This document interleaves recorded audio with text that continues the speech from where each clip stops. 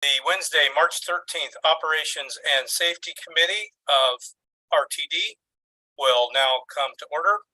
We are convened as of 5:31 p.m. Mountain Time.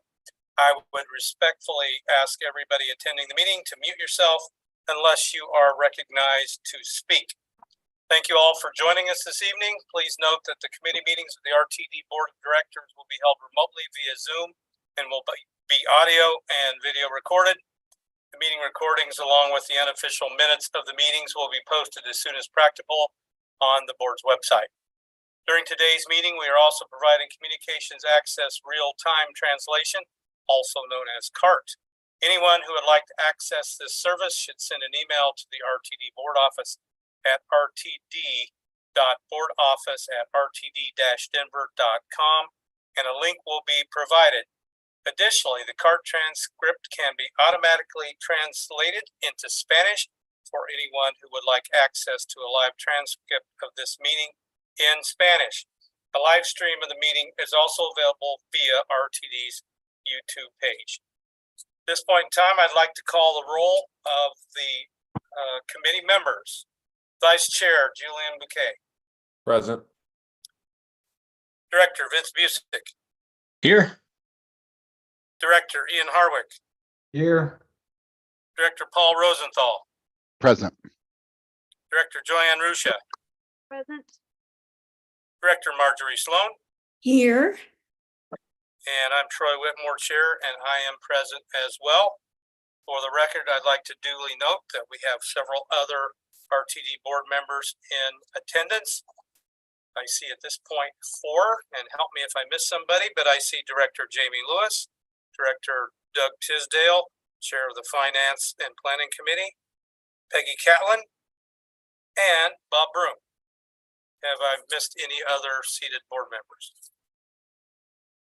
All right, for the record, I see that we have a quorum with the entire membership of Operations and Safety here and 4 other directors in attendance. I'd like to open public comment to anybody who would like to address the committee regarding any topic listed in the published meeting agenda for the current and immediately preceding month. If you wish to speak and have not already done so, please either raise your virtual hand or press star 9 on your smartphone. Now, during this time, the committee will not offer any direct comments or responses. However, if you would like to be contacted regarding your public comment, please email the RTD board office at rtd.boardoffice@rtd-denver.com. So, are there any hands raised, Mr. Kroll, to speak to us tonight during public comment? Hi, Committee Chair Whitmore. This is Jack Kroll, Executive Manager of the Board Office. We have so far 1 individual who has raised his hand to speak. This is Scott Ramming. Mr. Ramming also submitted 3 emails to the Board Office, which were distributed in advance of your meeting with some additional public comment. In addition to Mr. Ramming's emailed comments, we also received emailed comments from Greater Denver Transit as well, and those have likewise been distributed to you all. All right, thank you very much. Dr. Ramig, you have 3 minutes. The floor is yours. Okay, are you able to hear me yet? I guess that should be right. Okay. I don't see a control for my camera, so he'll get to look at the still picture. First of all, I guess I'd like to thank Jesse Carter, manager of the Service Development Department, for giving me a call this afternoon. He answered a lot of my outstanding questions, and I just appreciate just being kept in the loop. I also wanted to express my appreciation for the work that Carl Green does with these equity analyses. But I did also want to recognize that this proposed service change could cause a lot of pain for a lot of people. And unfortunately, sort of limited resources, particularly bus operators, don't give that many opportunities to mitigate that. I did notice that it was kind of interesting that a 3-block reroute to the downtown circulator route results in a disparate impact and disproportionate burden, which I suppose if there are concentrations of those communities in one Rouse buffer and not the other, that could be an effect. But interestingly, service changes such as 75% reduction in service on the E line or the H line, or a full reduction on the L line, are not considered major service changes according to the policy. They don't receive an equity evaluation.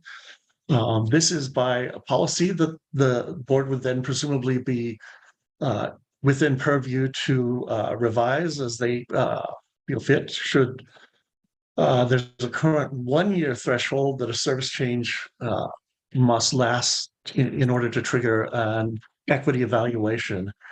There might be some questions of should a larger reduction for a shorter amount of time trigger an evaluation. There's also the question of even if you do an evaluation, as you can see for the evaluation of the mall ride and metro ride, that these impacts were found, but it's not really feasible to offer any sort of mitigation. And additionally, that in addition to having a shortage of operators, I'm, I guess, not too surprised to learn that the service planning department and civil rights departments who do these types of equity analyses have kind of just enough staff to keep up with the tasks. So while I'll express my appreciation for all the extra work that they put in, seems to call back to last night's discussion of the revenue diversification, or I forget the name for the committee. So I hope that in the future that RTD is able to get more funds, that entities such as the state of Colorado are able to provide more funds without unnecessarily onerous strings attached to it. I'm concerned about the elimination of an elected board who are accountable to the voters and not necessarily to specific elected officials. So thank you for your consideration. Thank you very much, Dr. Ramming. Mr. Kroll, I'm under the impression that that is the completion of our public comment, but are there any more hands that have become raised for speaking tonight? Hi, Committee Chair Whitmore, Jack Kroll again, Executive Manager of the Board Office. There are no other hands raised at this time. All right, thank you very much. I'll declare the public comment period adjourned at this time. All right, information from external entities. Item C, we have no information from external entities this month. However, as we move to item D, we have 4 recommended actions on the agenda this evening. The first one is May 24 Title VI Service Equity Analysis for the Board of Directors to adopt the Title VI Service Equity Analysis Report for May 2024, service changes to comply with federal laws, regulations, and guidelines related to Title VI of the Civil Rights Act of 1964. Do I have a motion? Busick, so moved. Sloan, second.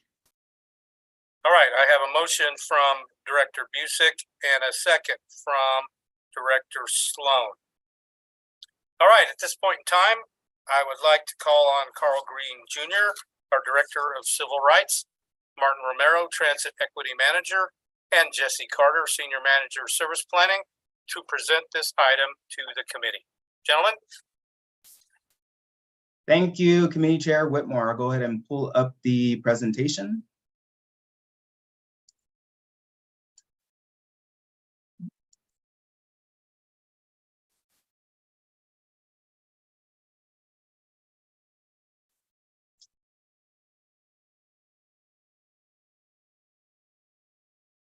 All right. Good evening again, Committee Chair Whitmore, fellow Board of Directors. Again, my name is Carl Green Jr. And tonight we'll be presenting again on the May 2024 proposed service changes, the Title VI service equity analysis.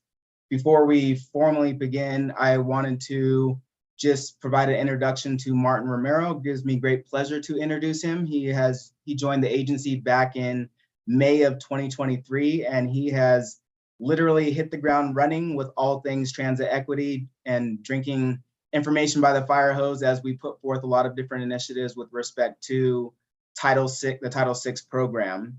And if I had to use an analogy, and I say this in the highest regard, I would describe him as a mechanic. And if you think about a mechanic, bottom line, it's having the ready set tools to be able to build, maintain, and repair machinery.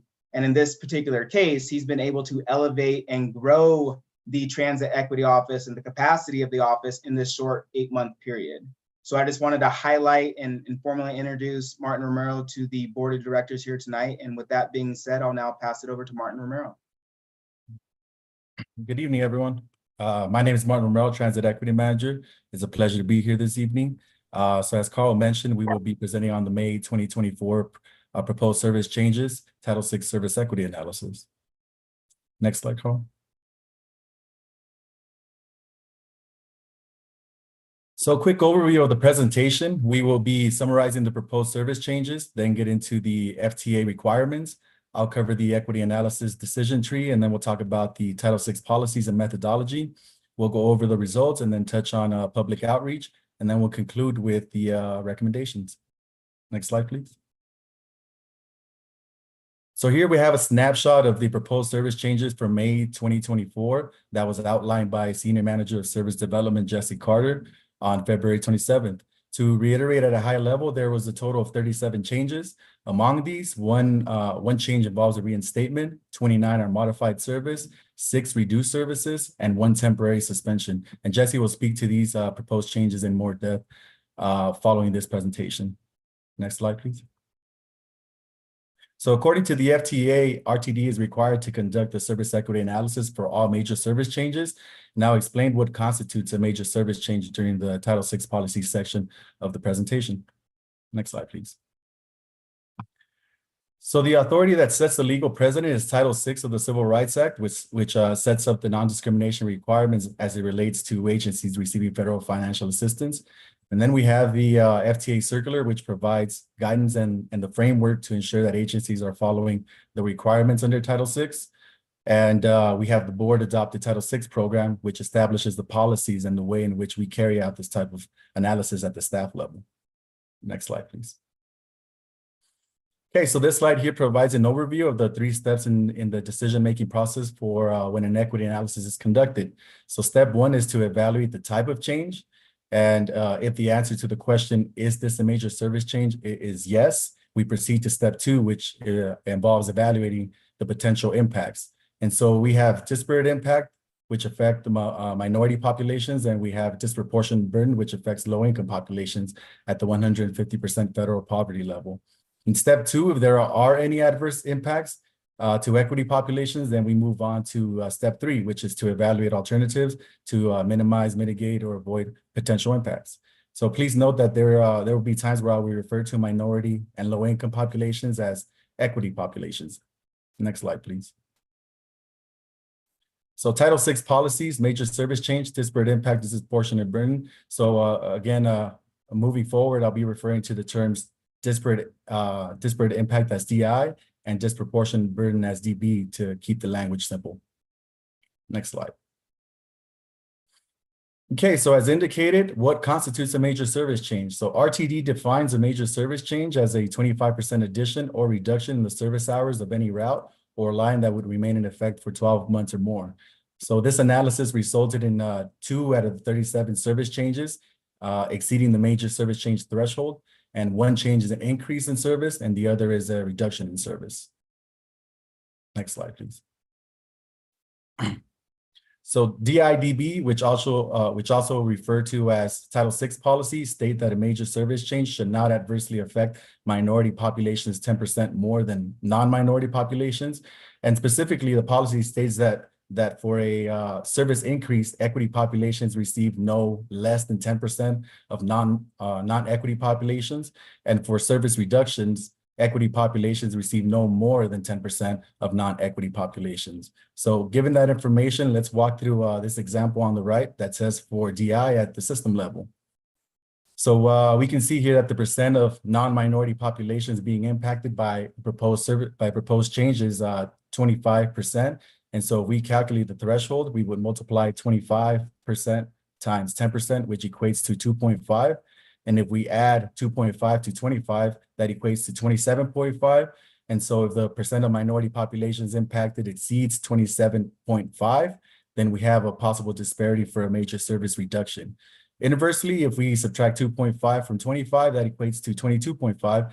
And so if the percent of minority population impacted falls below 22.5, then we have a possible disparity for a major service increase.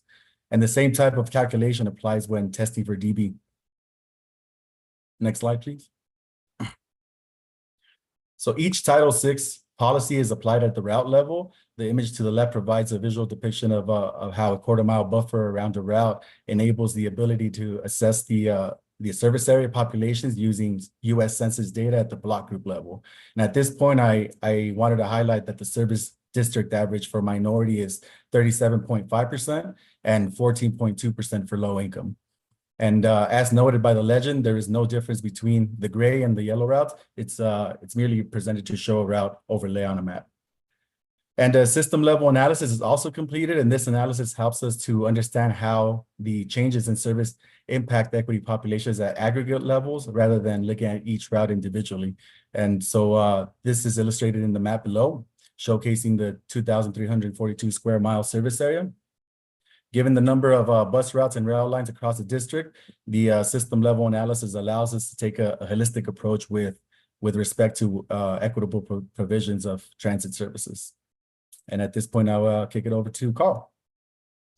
Thank you so much, Martin. So to get into the results of the service equity analysis, we'll first start with the route level analysis. And as the board report and attachment A of the board report for the service equity analysis, it shows that at the route level for the free mall ride, which is deemed a reduction, there's a potential disproportionate burden. And then as far as the free metro ride for the increase, there is a potential disparate impact. And I won't go too into the weeds with regards to the route level analysis results, given that we'll cover this in the system-wide level analysis because there's only one route per reduction, or one for a reduction and the other for an increase.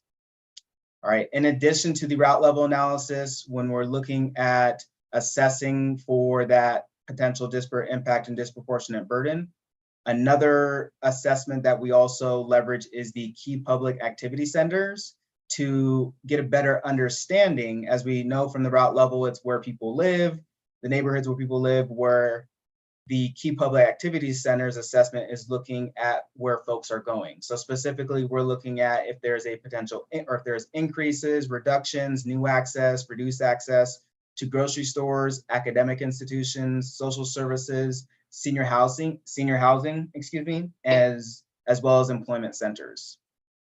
So as we look at the free mall ride with the reduced access, there's a total of 114,000 jobs, 150 grocers, 40 social service centers, 2 senior housing, and 11 academic institutions. Whereas we look at the free metro ride, it's creating new access to about 116,000 jobs, 170 grocers, 47 social service centers, 2 senior housing, and 10 academic institutions. So now let's get into the system-wide level results, and specifically looking at the free mall ride, where we can see that non-minority populations stand to receive more of the impact of the service decrease compared to minority populations. So simply noted, this does not meet the disparate impact threshold of 0.43%.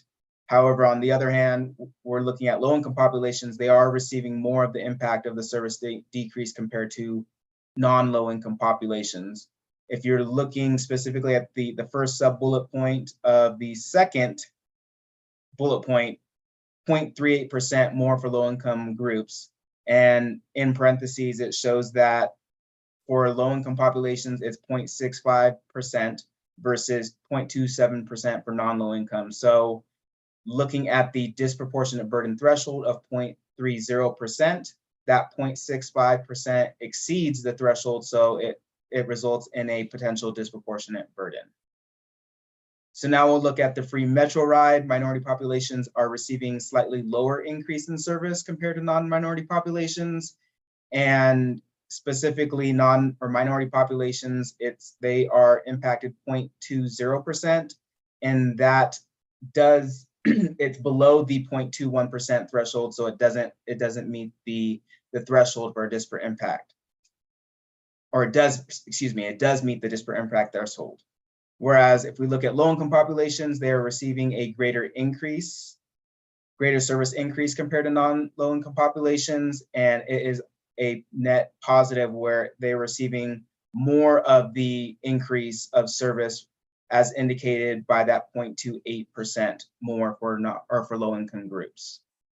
So before I move forward with the conclusion, I did want to touch on the public outreach, equally as important as the data-centric approach of the route and system-wide analysis. We also take into consideration public comment. As noted, there were 3 open houses, 2 on March 6th and 1 on March 7th. And then in addition to that, the Transit Equity Office provided direct outreach to 97 key public activity centers within a quarter of a mile of the free mall ride and free Metro ride, letting them know or informing them of opportunities to attend the open houses, as well as to provide another opportunity for them to provide feedback on the proposed service changes, specifically the major service changes. And the overall theme was the general satisfaction with the reinstatement of the free Metro ride, and just wanting to have better understanding of the nature of impacts with respect to the 16th Street Mall construction and the near-term downtown rail reconstruction project. So now I'll get into the conclusion. So as Martin mentioned earlier on the decision tree on step 3, and given that there is a DI and DB finding that the agency must evaluate alternatives, but with the consideration that there is no practical alternatives to avoid, minimize, or mitigate the findings, the agency does have the opportunity to move forward with the activity, in this case, the proposed service changes, if there is a substantial legitimate justification.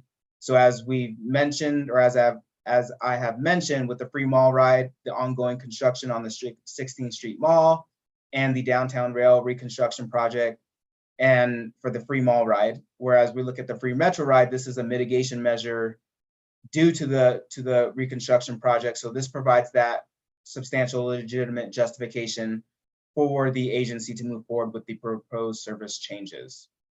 So as far as the recommendation goes, as the FTA denotes, it does require that the board of directors are made aware, consider, and approve of the equity analysis prior to the agency taking action. And at this point in time, staff recommends that the May 2024 Title VI Service Equity Analysis is approved. With that being said, I'll now open up the floor for any questions from the board of directors. All right, thank you very much, gentlemen, for a very thorough presentation. It's now question time from committee members or other directors. We'll start with committee members first, and I see a hand raised from Director Paul Rosenthal. The floor is yours. Thank you, Mr. Chair. Thank you, Mr. Green and Mr. Romero, for this very detailed and expansive report. Actually, my concern is not so much about this equity analysis. It's actually about, if I can say, it's related to some of the potential legislation that we could be seeing that would transfer some of this service instead of serving some of our equity populations. I have a big concern. It may impact, have a disproportionate impact and disproportionate burden on some of our equity populations. And so I just wanted to start to throw that out there, because if the legislation does pass, then I can only imagine, cutting service to the 15 or the 105 what that would have an impact on the types of analysis you're doing, the types of service that we're providing. So I just kind of wanted to bring that up to start to put that on everyone's agenda. And I know we've talked about this a little bit or a bit, when we were in our, in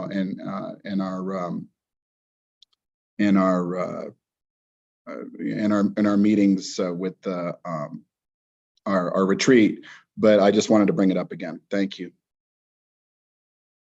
Thank you, Director Rosenthal. All right, next I'll move to committee member Rusha. Director Rusha, the floor is yours. Thank you, Mr. Chair. I have a few questions more. If you like, I could ask a few and then let other directors chime in. And perhaps because it is my birthday, you'll give me a bonus question. Proceed. All right. My first question. So first of all, thank you for the presentation.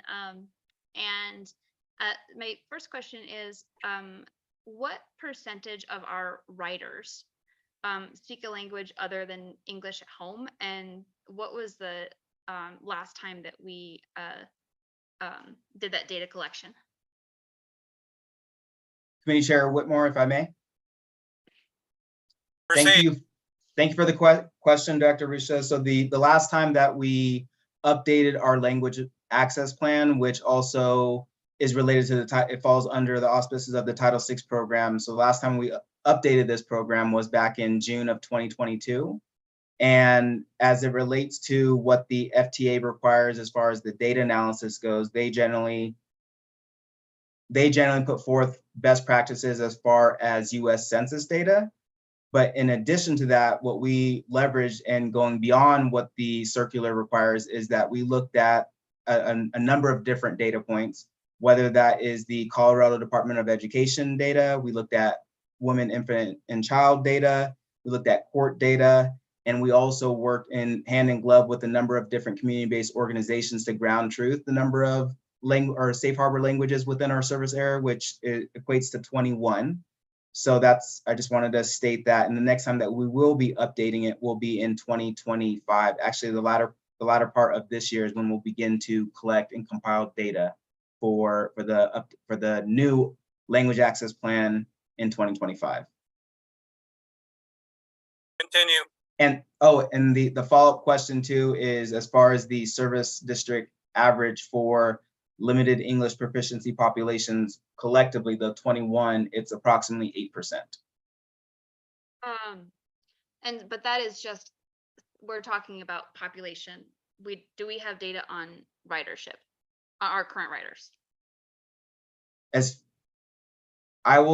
one thing that I will say is the last onboard passenger survey that we completed was back in, there was one in 2017, and then there was a supplemental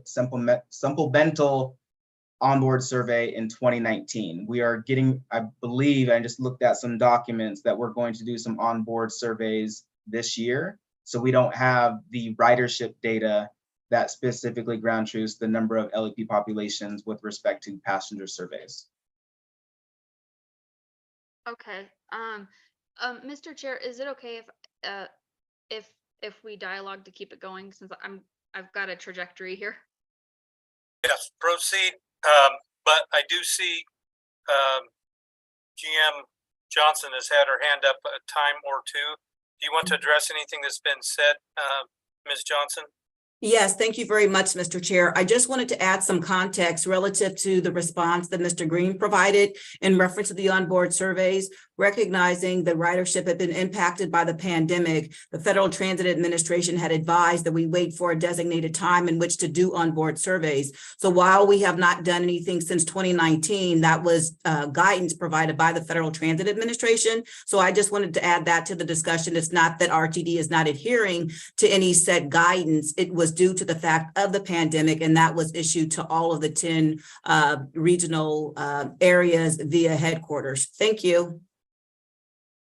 So Director Rusha, go ahead and dialogue for a few more minutes, and then I'll give first bite at the apples to Directors Guzman and Catlin.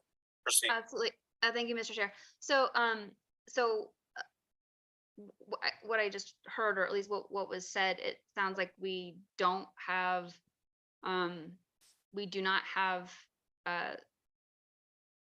data, ridership data as far as LEP populations.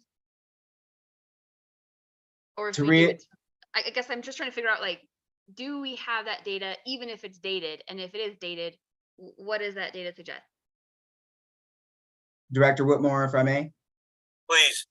Director Russo, one thing that I will like to highlight, just based off of my initial remarks as far as the data sets that we utilized, knowing that we elected to go beyond what the FTA requests as far as utilizing US Census data.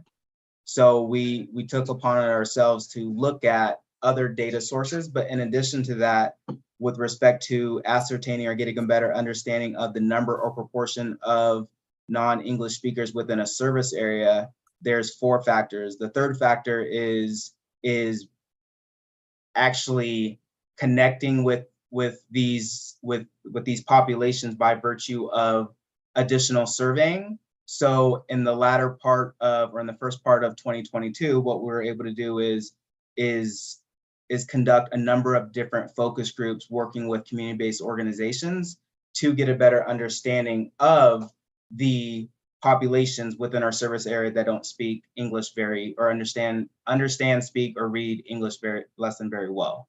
So we don't have actually ridership data, so to speak, but we're able to ground truth, because when we're thinking about language access and providing additional services to meet the moment, to provide that meaningful participation with non-English speakers, that provided the opportunity to one, as a baseline, to understand the number of language groups within our service area, and then to push forward with different tactics with respect to our implementation calendar to generate and increase access to our program services and activities. Okay, thank you. I appreciate that. What I'm hearing is that we don't have data on our writers as far as English proficiency. Not at least not in the way that it was asked. So the other questions I had were same question, except instead of English proficiency, the question would be income, or what we would consider low income, meaning 150% of federal poverty level, and also writers who are non-white. Yes, from the 2017 and 2019 onboard surveys, we do have that ridership data for BIPOC and at or below 150% of the federal poverty level. I'm sorry, Mr. Green, would you mind? Do you know what that data, what the numbers are, what, like, as a percent? I do not have the numbers at this time, but I could provide that following the board meeting, or the Ops and Safety Committee meeting. Okay, thank you. And I just one more, and then we can pass the baton for a bit. I just want to make sure that I understood and read this correctly. So our analysis is based on census block data and proximity to a transit stop. And that proximity, did you say it was 1/4 of a mile to a transit stop? Yes, it's a 1/4 of a mile along the route utilizing the stops. Okay, and I'm sorry, Mr. Chair, if I'm pushing it. Just so that we're all clear, is that like a walkable, accessible path, or is that as the crow flies? As the crow flies. Okay, thank you, sir. I will yield for now. All right, thank you very much. Let's move to Board Secretary Guzman, who's next in queue. Thank you kindly. Bienvenido, Señor Romero. It's nice to have you here. I appreciate your presence and your hard work on this. I have a couple of questions. March 6th and 7th, when you did the community outreach, were a Wednesday and a Thursday, middle of the work week, mostly for hourly employees. There were 3 meetings, 2 at noon and 1 at 5:30. Considering that we know that the disparate, this meets the disparate burden threshold, which is wage-based, one could conclude that hourly wage earners might have been at work at those times. A 9-hour shift can easily run from 12 to 8 o'clock. From, in my case, 4:30 to 12 o'clock. I was working both of those days, or sometime in between, 9 to 5. So I see a problem trying to do community outreach at those particular hours. Just bringing this up because if we're doing the work of diversity, equity, inclusion, and more specifically belonging, is there a plan to ensure that our community is receiving opportunities to actually voice their opinions in a more at different times when people may be available? I've heard several comments and feedback from people in my district specifically that these times did not work for them. And so I wanted to ask, one, what was the participation? What did that look like? And two, is there a plan moving forward that we make this more accessible in some way? And also just for the record and to point this out, it's nice to see Dolores Huerta on packet page 35, slide 5 of your report, just so that you know we are actually reading and doing our homework. So thank you very much.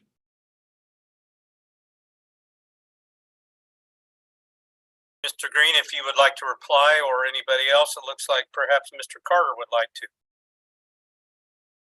Thank you, Chair, if I may. Director Guzman, thank you for your question. I will say that the dates that were set for the public hearings or the open houses as they were listed were basically directed at the service change. I did hear Mr. Green speak of direct contact with groups that was made to actually take a look at the Title VI results.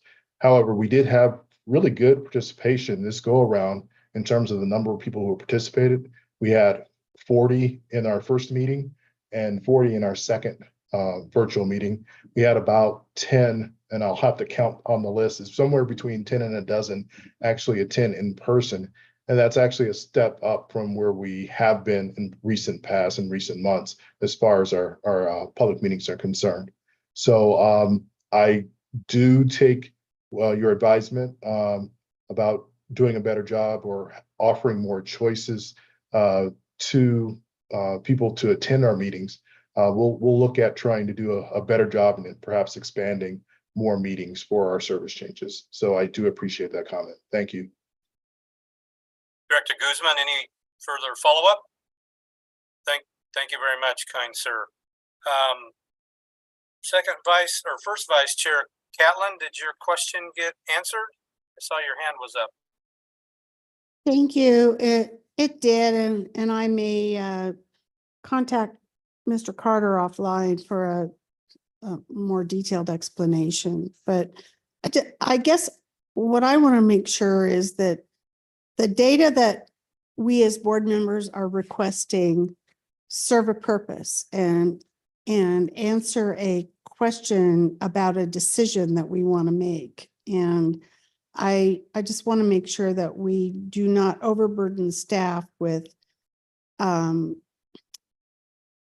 requests for data that may not serve a policy decision or an action on behalf of this board. Thank you. Just sort of a soapbox. Thank you, Director Catlin. All right, Director Rusha, I'll give you a few more minutes before we move to the next item. Proceed.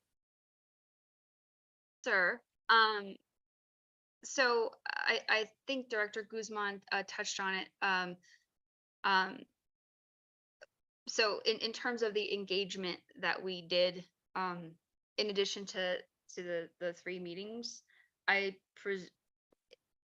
I presume that we sent an email blast to the groups that were mentioned on a list? Yes, that is correct, Director Okay. Rusha. Thank you. And I do want to note that we did update our service changes page. It was done after, we said that we were going to make a change, but it was done last week, and I appreciated some of those changes. I do have a concern that we are doing targeted outreach to a small subset of people through means that I think don't meet our stated expectations as far as customer service and community excellence. And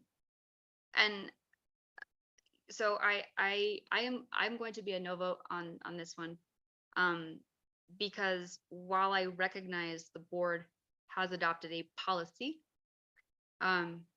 in terms of demographic data and the minimum requirements set by the FTA, that's a floor. It's not a ceiling, and it's not best practice. And to that end, you know, what might seem like a burdensome request for data is not burdensome for folks who represent other communities. I represent a neighborhood in which 2/3 of the households speak Spanish as a primary language at home, and we have high ridership. A common complaint that I receive as a director representing the far northeast and parts of Aurora is that RTD is just not present. You know, that we're not present at RNO meetings, at community meetings, you know, that we have dialed back our presence since COVID. And, you know, I can be a point person, and I want to be an RTD ambassador. But if I'm not, you know, apprised of what's coming, that is difficult. But also, I am not staff, and I can't be all points, all places, and nor can staff. But when I look at our community engagement activities that are reported in the monthly board reports, every month I look to see, is RTD in my community? Very rarely is RTD in my community. And even though my district doesn't have the level of service of, say, Director Lewis or Director Guzman, we do have that a pretty high level of ridership, indicating transit dependency, which is also backed up by community surveys and data, at least within Denver, that the city provides. And so even if a policy says we will do some targeted outreach when you know, the math indicates a route, you know, will be affected, to me that's not meaningful engagement, and I don't think that that's meeting the spirit or intent of the law, our own you know, LEP and engagement plan, or what we have stated as community values. I'll get off my soapbox, but I do want to say and recognize, like positively recognize, that we have made decisions and backed our GM CEO when RTD said, you know what, this might not be a federal requirement vis-a-vis Title VI, but from a holistic, like, equity lens, if we moved forward, it would not or might not be equitable, right? So one obvious example was service changes after COVID, right? And we got a lot of grief for that, but that was the right choice. You know, we prioritized equity populations, equity lines, even if that change didn't trigger, you know, subsequent analysis or modifications on our part. And the most recent example that made the news, and I think our GMCO has gotten a lot of grief for, that's not fair, was the Broncos ride, right? And so to that end, like, you know, the FTA minimum and our stated policy, which I hope we take a look at when we review it within the next year or two. Again, that's the floor. And just going back to our strategic plan, I don't feel like we met expectations either when it comes to this particular route or just the system as a whole and engaging the community as a whole. I'm not suggesting we can give everybody everything they want, particularly with our challenges that we have. But I am stating, and as a board member, I'll also take responsibility, that I don't believe we are meeting our own expectations that we set for ourselves. So thank you, Mr. Chair, for letting me engage. I will yield. And again, I also just want to thank staff for their time, and I also recognize that they're doing their jobs and they're following the model and the formula that the board has approved and set. And so ultimately, it's on the board to change policy if we think it needs to be improved. So I hope that my comments are not taken out of order. So thank you. Okay, thank you very much. Are there any other comments before we proceed to a vote? I don't see any other hands raised. Okay, being that we have been told there is a no vote, we will do a roll call vote. On item 1, we had a motion from Director Busick and a second from Director Sloan. Roll call vote. How do you vote? Vice Chair Julian Bouquet, Yes. Director Busick, Yes. Director Harwick, Yes. Director Rosenthal, Yes. Director Ruscia,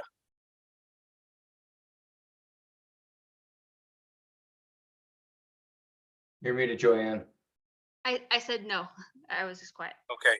I was looking down, so I couldn't read lips. Sorry about that. And Director Sloan Yes. and Chair Whitmore, I will vote yes as well. So the motion carries by a 6-1 margin with the no vote being Director Ruscia. All right, let's move on to the second action item, one that we've touched on briefly on this matter, and that is the 2024 service change proposals for the Board of Directors to approve the May 24 service changes as revised and summarized in attachment A, and to authorize the general manager and CEO or her designee to execute contract amendments as necessary for private operators impacted by these changes. Do I have a motion? So moved. Sloan. Thank you, Director Sloan. Do I have a second?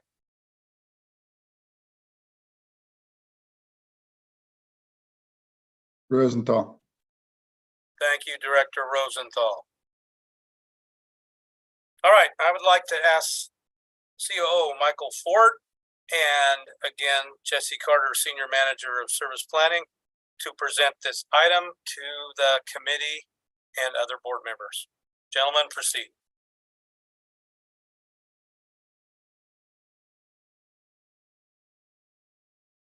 Michael, you are muted, my friend. Sorry, can you hear me now? Sorry. We got you. Okay, sorry about that. Michael Ford, Chief Operations Officer.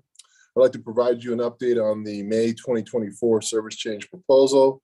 As you know, staff brings to you 3 service change proposals over a course of a year's time for discussion and subsequent recommendations, which is in alignment with the collective bargaining agreement known as the CBA Local 1001 for frontline operator work selections. So RTD's continued workforce challenges, light rail projects related to the coping panel replacement in the Southeast Corridor, and the first phase of the downtown reconstruction project on the Central Corridor are the primary considerations shaping the service change recommendations for 2024. Both projects are expected to significantly impact rail service and will span from May 2024 till September for the next service change. Additionally, considering the agency's current staffing levels, the May 2024 service change recommendations are designed to have minimal impacts on staff levels and are centered on improving system performance and preserving transit access during the project. By way of discussion, the guidelines contained in the strategic plan are more directly related to addressing customer excellence, thus improving on-time performance, maintaining contractual compliance, and adjusting service levels to match ridership demand.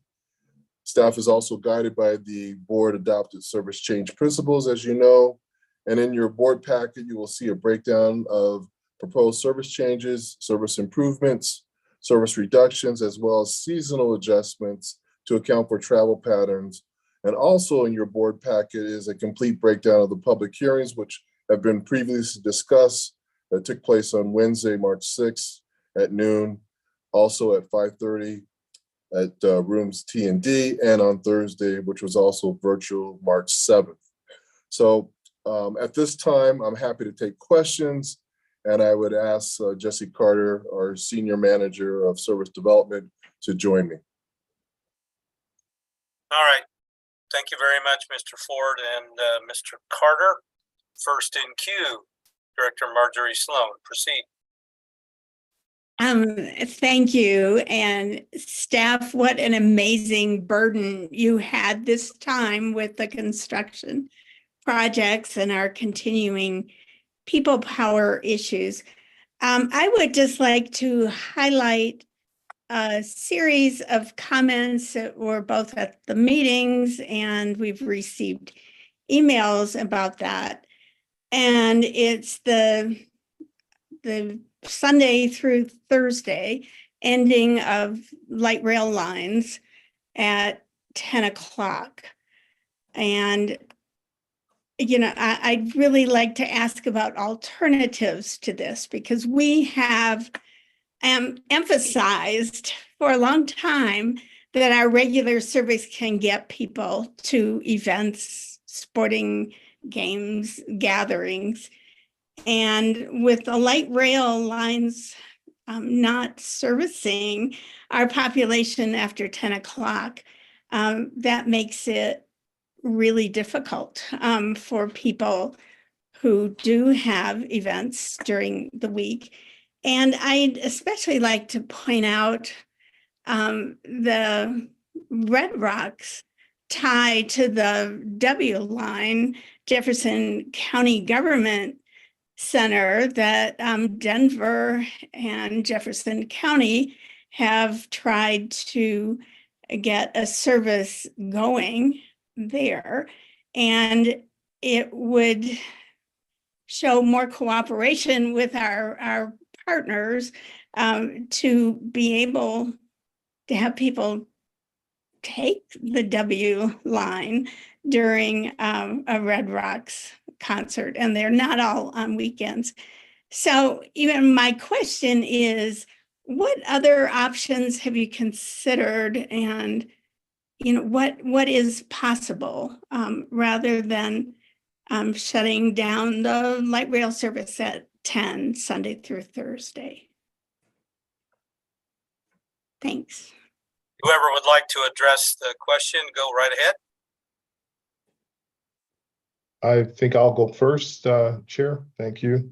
Thank you, Director Sloan. Those are really good questions. And when we're looking at this particular change, this is not one that we're doing based on levels of ridership or, you know, addressing the service network as a whole. So this is a change that we're proposing based on a need to maintain the system. So as it stands right now, our system Monday through Thursday, we end right around 1 or 2 o'clock in the morning, and we start around 3 or 4 in the morning, leaving only 2 hours worth of downtime for our maintenance crews to both deploy to an area that they're trying to address, power down the system, and then do the work, and then power up the system, and then get back to where they started. So this is it's a matter of maintaining our major investments or our assets as far as the rail is concerned. So we really don't have alternatives at the moment. In better times, if we were in the position to say, well, we have enough operators to provide bus bridging, that would be the tactic that we would use to that would preclude, you know, shutting down the entire system, or we would try to mimic or parrot the system in other ways during the times of closure. But given our workforce resource shortage, we just don't have the bandwidth to actually do that at this point in time. So it's something we lament. It's not something we want to do, but it's one of those things that unfortunately we have to do it if we are going to keep our system well and running. Madam CEO GM Johnson, you. proceed.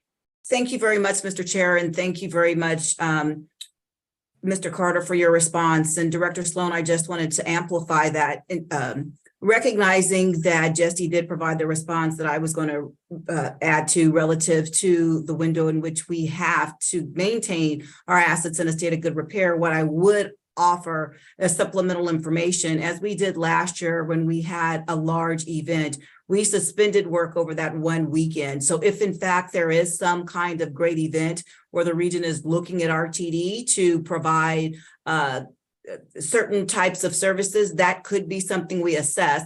But going forward, as we look at where our system is currently, a 30-plus-year-old system that has not had the type of investments that would be optimal for a transportation network, these are the pain points that we are going to endure going forward.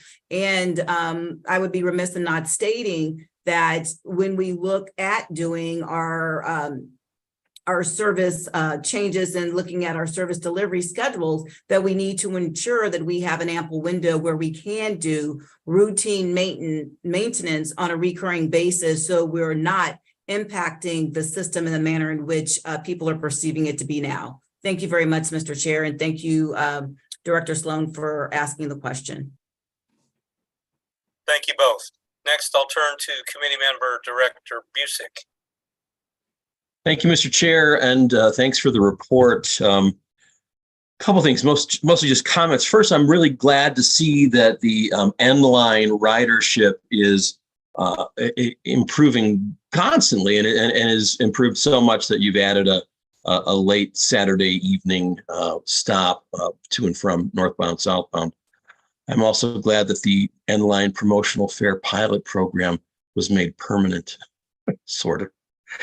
My other comment has to do with comments that I get from one of my stakeholders, Mayor Linda Montoya of Federal Heights, constantly asks me about reinstatement of the 122X or adding a stop to the 120X to make a single seat ride to the Civic Center station.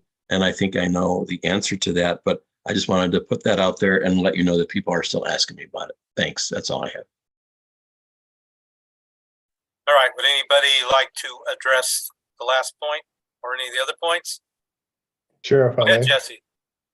Director Busick, you know what the answer is, as you said. That is, if we have the actual workers, you know that the SOP does support the continual operation of the 122X. It is one of those routes that performed extremely well from the day it was put in. And we look forward to having it back at some point in time. However, I will point out that the free Metro ride may offer a better connection and a faster connection for those who are using the 120X to transfer to that may be a little faster than what we currently offer on the mall shuttle, because it is currently undetoured. So with the free mall ride, with the free Metro ride, I believe that may offer some semblance of what the 122X used to. And also, just to let you know, the trip prior to the 11 o'clock trip that we were adding on the N-line actually was averaging 94 boardings per night, which is really good for that time of day. So that's why we're looking at this point. Great. Thanks a lot, Jesse. Thank you. And the good news on that, no additional FTE or costs. So that's wonderful. Showing efficiency. So pardon me for editorializing. All right, Committee Member Ruscia, you're next. And then I do see you, Director Catlin, you'll be after her. Thank you, Mr. Chair. So this question is for anyone who can answer it. It might be, we can let our GM CEO decide. So we have several routes that are part of a cost sharing agreement, by which like a locality, pitches in for that service. And sometimes it's done when that service wouldn't meet our existing service standards. At least that's my understanding based on our last board approved policy. And I'm not saying that I oppose those cost share agreements. I actually don't even know if our current service standards are serving us well. But I do have a concern that it can lead to like pay to play if we're not careful. And so to that end, like what mechanisms do we have in place like to assure the public that like an IGA or cost share agreement doesn't like tip the scale in favor of communities who are, you know, willing to pay more to get more, particularly when we have the challenges, you know, that we have right now with, you know, the operator shortage, and then in addition, the light rail reconstruction project, which I think is painful for most everyone impacted. How do we assure people that a cost share agreement or an IGA like is not tipping the scales? If I may, Mr. Chair. Please. Yes, thank you very kindly, and thank you, Director Russo, for the question. So we were intentional when we launched the call for project partnership program, where there is criteria that we evaluate the merit of a, you know, mobility program upon. And just because we're entering into a cost sharing agreement does not mean that we are absolving ourselves from our responsibility to ensure that we're providing in partnership equitable transportation. And so as we look at the criteria, we ensure that we are having certain boardings per hour. We're looking at the criteria set forth in our policies. And I'm speaking from the top of my head, off the top of my head. So forgive me if I'm not being very iterative in reference to what those are, or more or less being specific. But we have certain criteria upon which we manage those. And with our existing programs that we had as we rolled into the partnership program, we're providing those collectively to ensure that we assess them on a go-forward basis. So we're not appearing to provide disparate treatment to a certain geographical area. And that's how we can, in turn, address your question to the general populace about what it is that we're doing from a transit equity vantage point as relates to service delivery. If I may, Mr. Chair. Briefly, I want to get to Peggy. She's been awfully patient. As my 7th grade teacher would tell me all the time, because I needed it, patience is a virtue. But we'll carry on. So thank you. So thank you for that response, Ms. Johnson.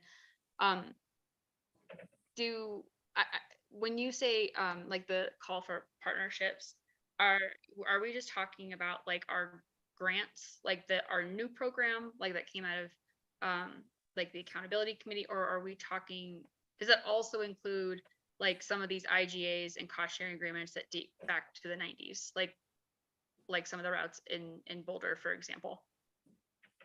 If I may, Mr. Chair. Proceed. Yes, thank you very kindly. I utilize that as an example because regardless of when the program started, we're looking at that on a go-forward basis to ensure all of them are equitable. Because when I joined the organization, I heard that we perhaps may have not been looking at it through the same lens when we entered into these agreements. Thank you. And just final comment. Thank you so much for that. And so recognizing that per the delegation of authority, the board does not approve contracts or IGAs that are under $2 million. So we haven't seen them in a while. And I'm not suggesting that anything nefarious is happening, but just so that like we're, because this is also a policy issue, is it possible that like we could just get, you know, in the next few weeks, like kind of a follow-up with just like a list of our of like those routes or a summary of those agreements? I did find in board documents going back 5 or 6 or 7 years ago, something similar was produced, and I was just wondering if we could kind of get an update. And then also when new agreements are signed, that, you know, we just get a heads up in case, just so we're apprised. And then also so that, you know, we don't get a surprise in a meeting or when a community member, you know, or city council person or someone, you know, makes an inquiry to a board member. Mr. Chair, if I may, I will assess that, Director Rusha. I wasn't here 5 or 6 years ago, so I don't want to commit to something. I need to do my due diligence because that is of an operational nature, and I understand your request, and I'm not trying to negate that. But through the delegation, operations and administrative matters have been brought forward, have been delegated to me. But with that as the backdrop, I will assess to see what it will entail for us to compile that information. And then I will work through the board chair accordingly.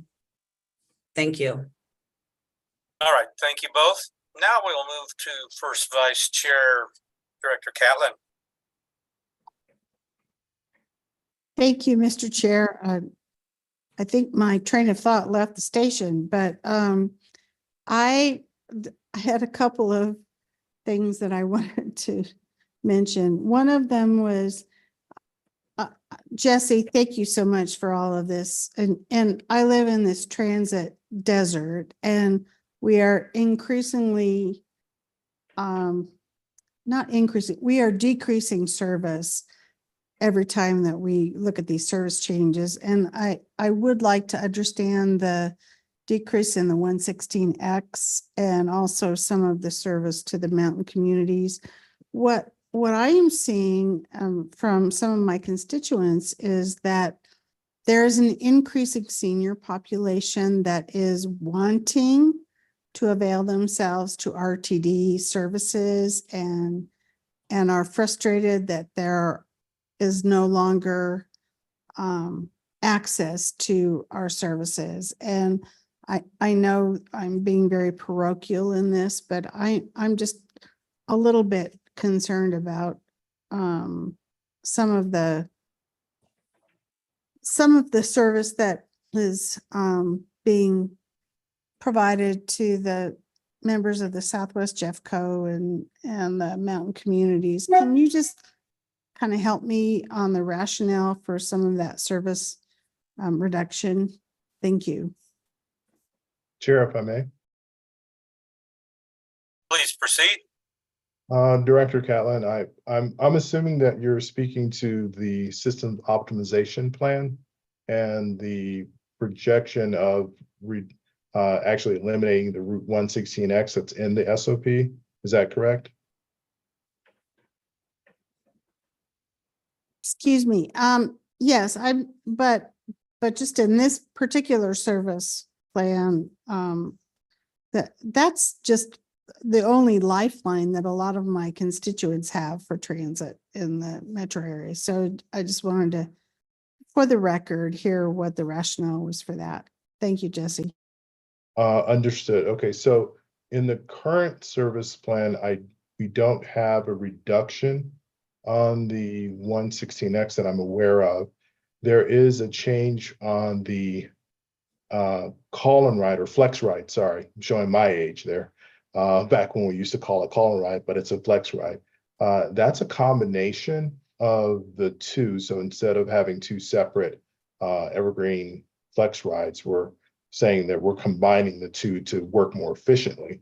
Aside from that, I don't have proposals for reduction to the 116X EV or CV, but I do have to say that right now, in looking at the SOP, would be hard to determine which one is performing better than the other. And that's something that we will have to discuss in future service change proposals. Currently, the 116X and the CV and the EV all have quite a few trips that are performing in single digits. So we want to look at some alternatives, perhaps use of a hybrid van pool in the place of service rather than just canceling service overall. So you do want to consider some alternatives, but we haven't gotten there yet because I'm still hoping that there will be some leveling of the downward spiral or trend that we've seen since COVID in terms of our ridership. So I don't have anything for service changes in the area other than the flex ride for this go round, but there are changes coming that are suggested by the SOP.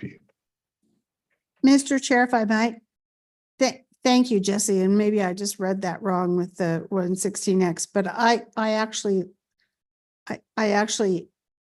applaud the combination of the Flex Ride and, I think that's a good business plan. So I really agree with that. I just I'm trying to hang on to what little we have in this area and appreciate your consideration for that. And as I said, what I'm hearing from a lot of my constituents is this aging population, and they're wanting to avail themselves more and more of opportunities to use public transportation, and that they're not encouraged. Let's say that. Understood.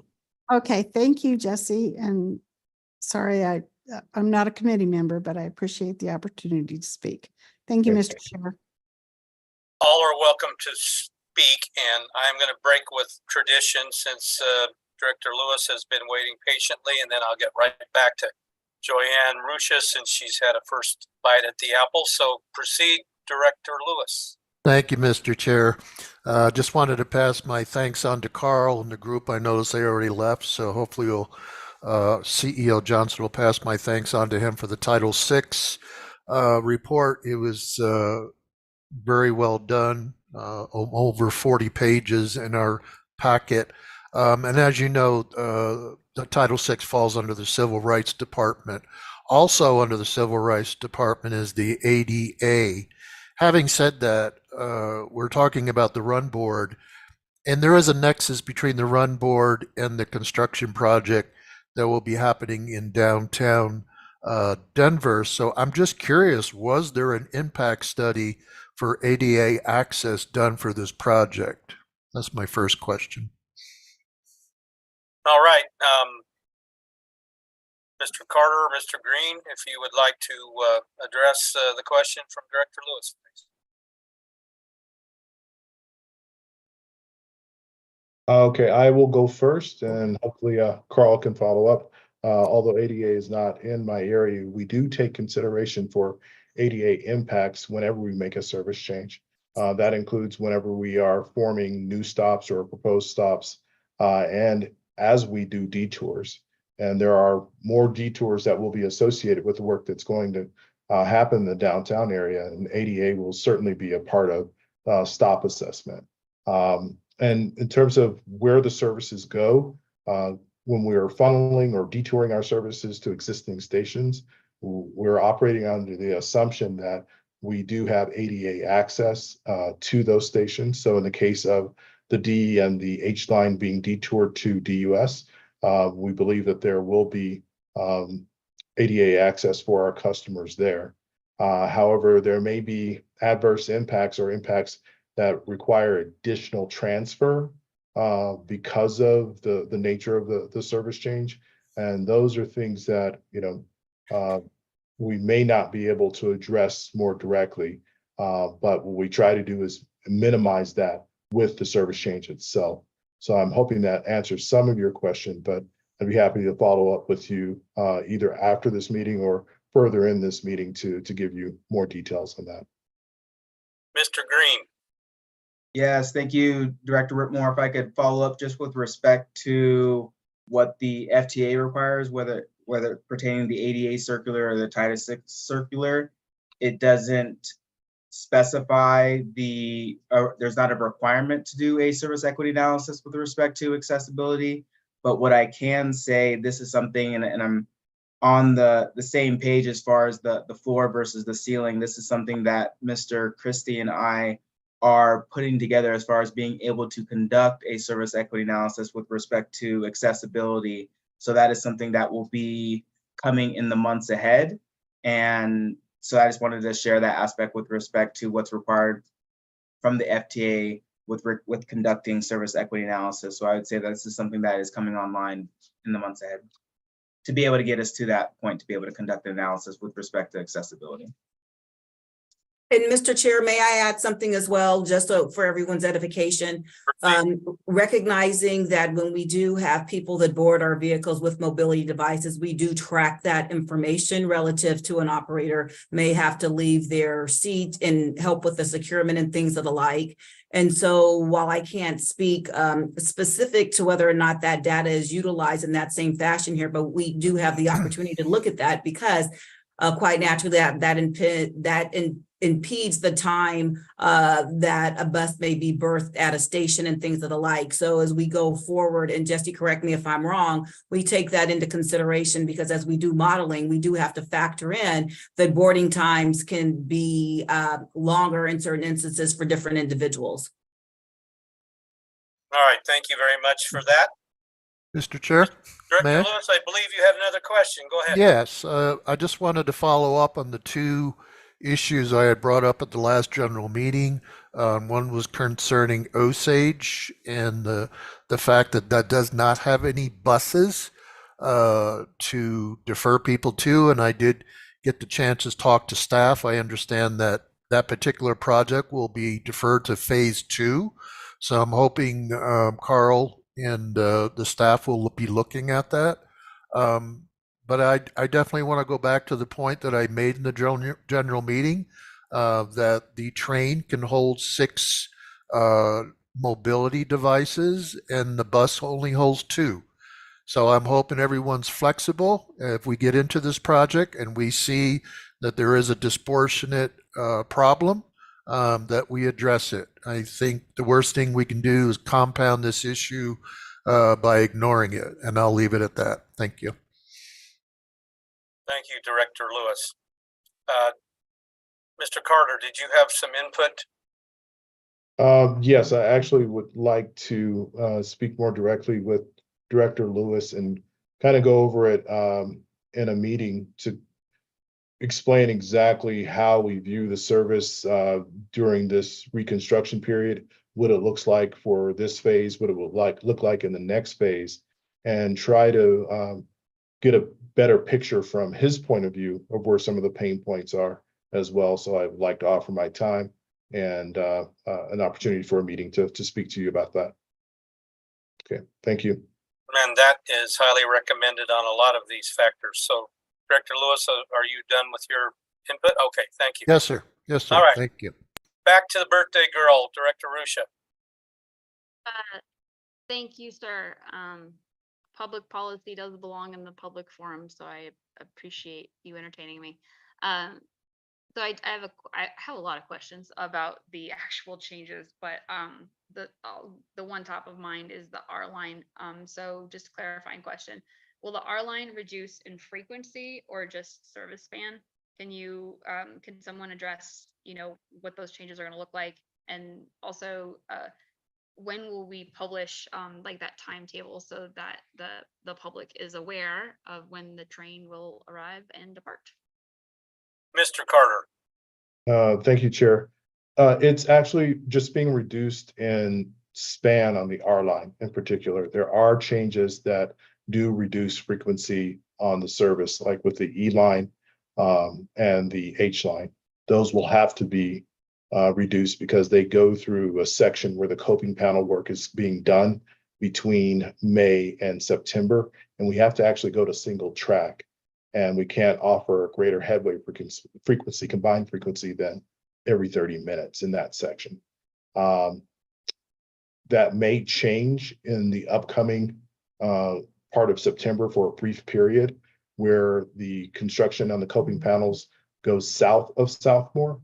And there we may be in a situation where we may have to reduce some frequency, but that's not for this particular service change. And I'm sorry, it's in the evening and my memory's not great. I can't remember, Director, the second part of your question. Proceed. The second part of my question was just, when will we publish the timetable? So it sounds like for the R line, because it said there were minor service adjustments, like minor adjustments. And so sometimes those minutes mean a lot, particularly if you have a transfer. Almost everyone has a transfer on our line, and some of these some of these stations. And then also just from an access and equity perspective, some folks need more time to, make that transfer than others. No, understood. And Director, what we're doing there as far as the R line is concerned is because the H line is being affected by the coping panel project going north on the corridor, that may require it to be slowed down and its schedule moved.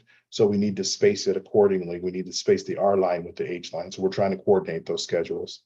As far as the publication of the schedule, until the board votes, basically, no final decision has been made on the actual schedule, but we are still in process of developing both the schedule and proposed run cuts for that. So it's not available yet. I would say we're about 2 weeks off before we have, pencils down, and we have something that we can look at and share. All right. Thank you, Mr. Carter. Director Sloan. Right.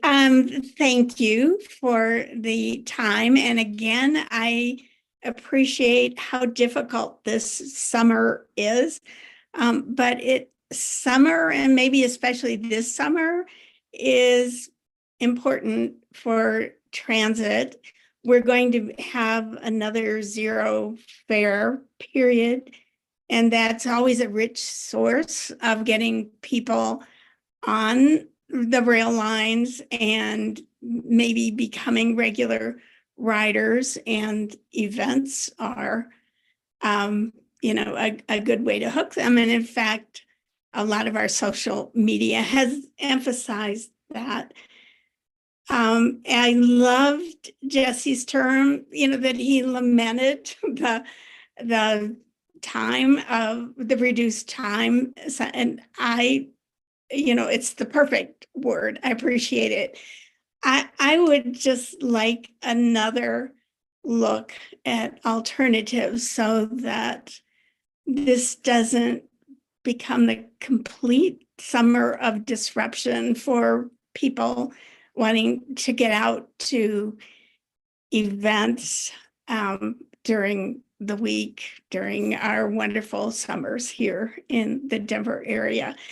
If the answer is this is how it has to be, I get that and I accept it, but just another look would be helpful, I think. Thank you. Understood. Chair, if I may. Go ahead, sir. I just want to make a point of clarification. The changes, and I'm not saying Director Sloan actually said this, but the changes that are affecting all the light rail lines as far as span, those are not temporary. I want to make sure that's understood. Those are more or less permanent changes that we're looking at.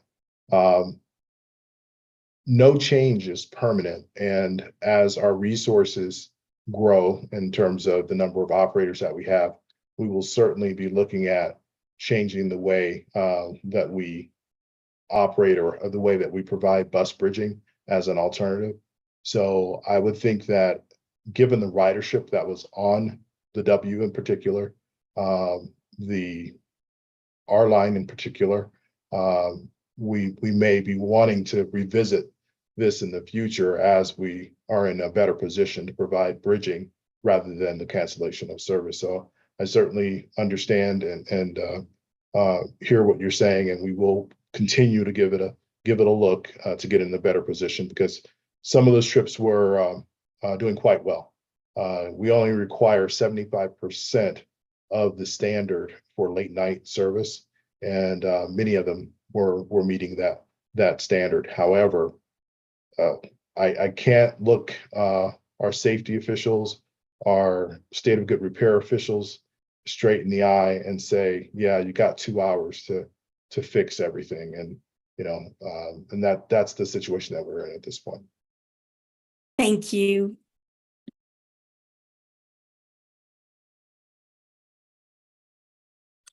Next in queue, Director Rosenthal. Thank you, Mr. Chair. Mr. Carter, did I understand you correctly when you're saying that this reduction, for example, for the R line would probably be permanent after this run board? So the run board after this one will probably see a similar continuation of this service. Is that right? Of the span reduction, yes.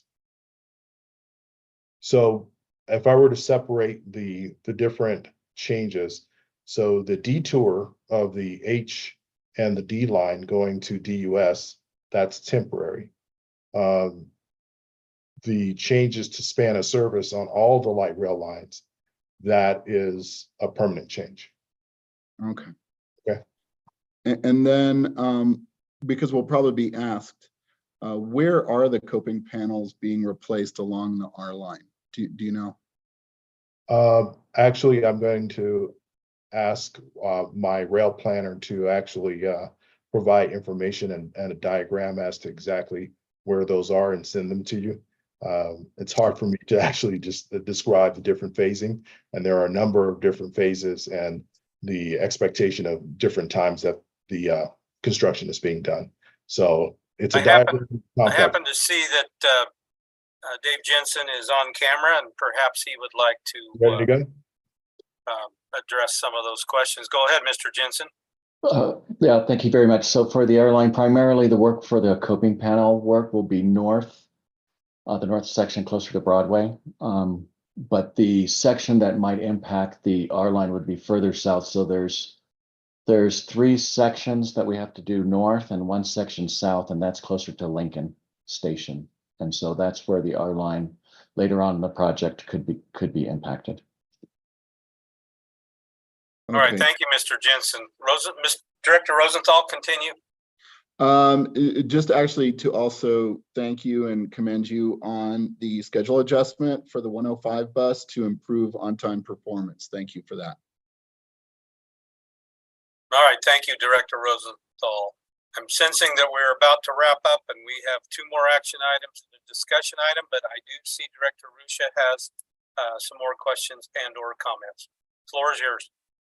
Thank you, Mr. Chair. I do have other questions on the service changes, but if we need to get moving, I guess I would just put on the record. I hope that staff can make themselves available so that I can better explain that to my constituents, because they've had questions I haven't been able to fully answer.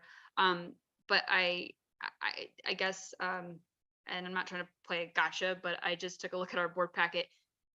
Do we say in the board packet what changes are permanent and what changes are temporary? Are there any other permanent changes besides the reduced span of the light rail lines? The best example, and I'm sorry, Chair, if I may. Proceed, sir. The best example I have would be in the summary where we list the changes for span separate from the other changes. The changes that are listed as detours or temporary, those are the ones that are temporary, although we may have to revisit them in later phases. So what I can do is provide you a broken list that or list that breaks out which ones are definitely temporary, which ones are certainly permanent.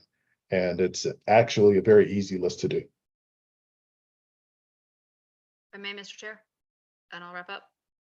Okay, wrap up, please. Thank you. Okay. So thank you, Mr. Carter.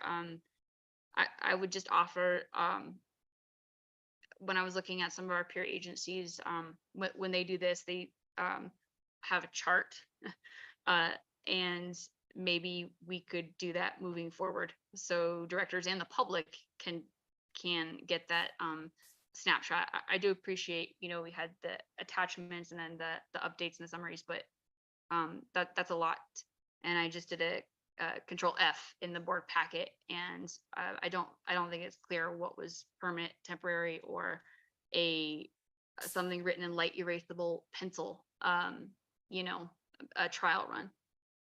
So I just final comment, like if I vote no on one, I have to vote no on the other. Obviously, I'll be a no vote on this. I just want to offer that while we're calling this a temporary, or most of this a temporary service change, it's still very significant and disruptive, and it's not just a one area or one line. And the light rail reconstruction project is not going to be done by September, even if we, even if, I'm sorry. Oh, I was getting feedback. So even if we take a pause, and that's not that's still TBD. We're going to restart again in 2025. So again, I would just, the next time this comes back to the board, when we meet again in the fall, maybe a longer engagement process, including with the board. I think that would be really helpful. Thank you. Understood. And Director Rusha, I will have to say that with some of these changes, it is very difficult to explain what's semi-permanent versus what's permanent, or what's on detour. But what we'll do, we'll make an effort to put in the information as far as our outreach that's going to stem beyond the service change process when we go through communications and do the outreach, to make sure that we're clear on exactly what's permanent and what's looked at as being a detour for the summer. All right. Thank you all. I believe it's time for a vote. We have a properly made motion by Director Sloan and seconded by Director Rosenthal for the May service change. Oh, you know what I'm trying to say. All right. So we're going to do a roll call vote for the May service changes proposed. Vice Chair Julian Bouquet. Yes. Thank you. Director Busick. Yes. Director Harwick. Yes. Director Rosenthal. Yes. Director Rusha. No. Director Sloan. Yes. And Director Whitmore, Chair, votes yes as well. So the motion carries with 6 aye votes, 1 no vote, no abstentions. And so therefore, we do have a positive action. The no vote was Director Rusha. All right, let's move to action item 3. And this is Project Management Support Consultant Contract Award for the Board of Directors to authorize the General Manager and CEO or her designee to award a work order contract to Triunity, Inc. for Project Management Support Consultant Services. The contract is for 3 base years with 2 additional 1-year options exercisable at RTD's discretion. The total not to exceed amount for the first 3 years is $20,500,000. Do we have a motion? Busick, so moved. Thank you, sir. Sloan, second. And Director Marjorie Sloan with the second.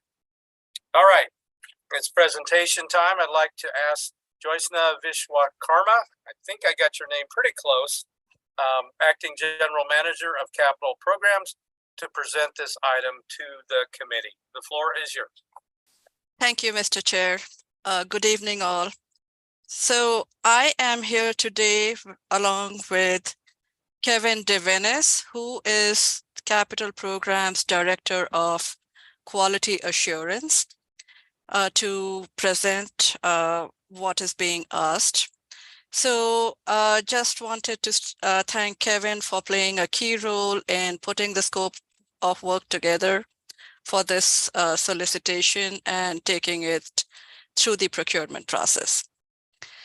So the details of what we are requesting is in packet page is stated on packet pages 70 and 71. The purpose of this solicitation is to supplement professional staff for areas of specialized expertise, part-time and limited duration assignments, and job positions that are difficult to fill in the implementation of projects.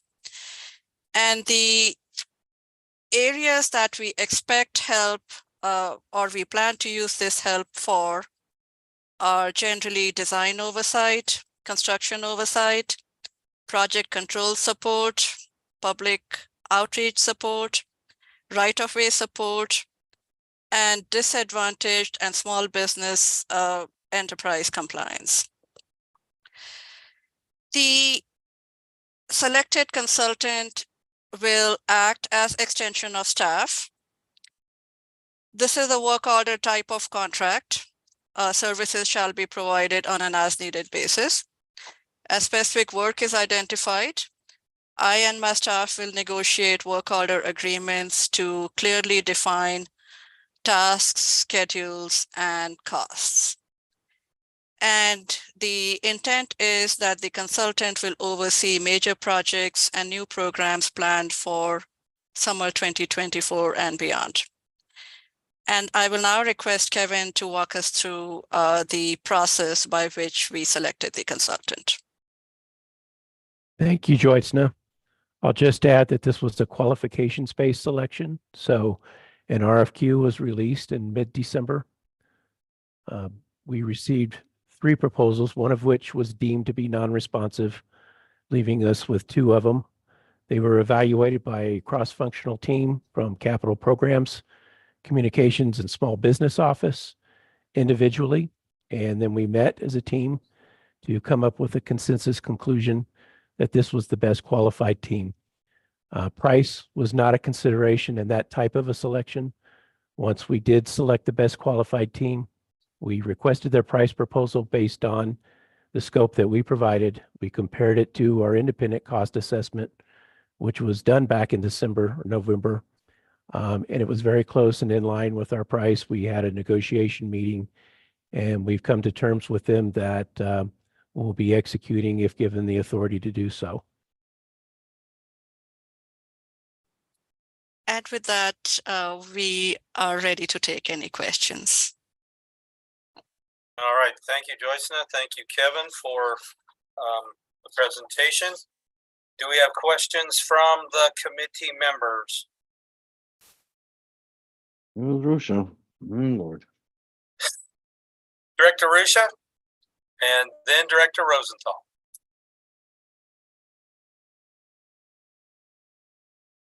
You're on mute, Joanne. Some of us are on mute and some of us aren't. Okay, thank you. So my so the contract that we're sorry, I got distracted by that call out. The contract in question, if awarded, goes to a current vendor or partner of ours, correct? Triunity like currently provides or has recently provided services for RTD. That is correct. It is not the same team, though, if I may, Chair.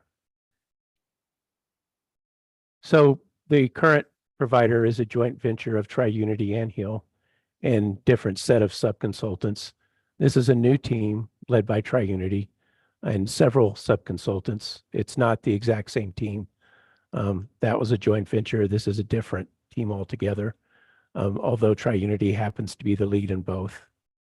And the other one is coming to its conclusion shortly, and will wrap up this year. Director Rusha, continue. Thank you. Think that type of information is, for me personally, helpful. You know, when being asked to vote on a contract, particularly one with a $20 million price tag. So I had a question about the budget, the current fiscal year budget.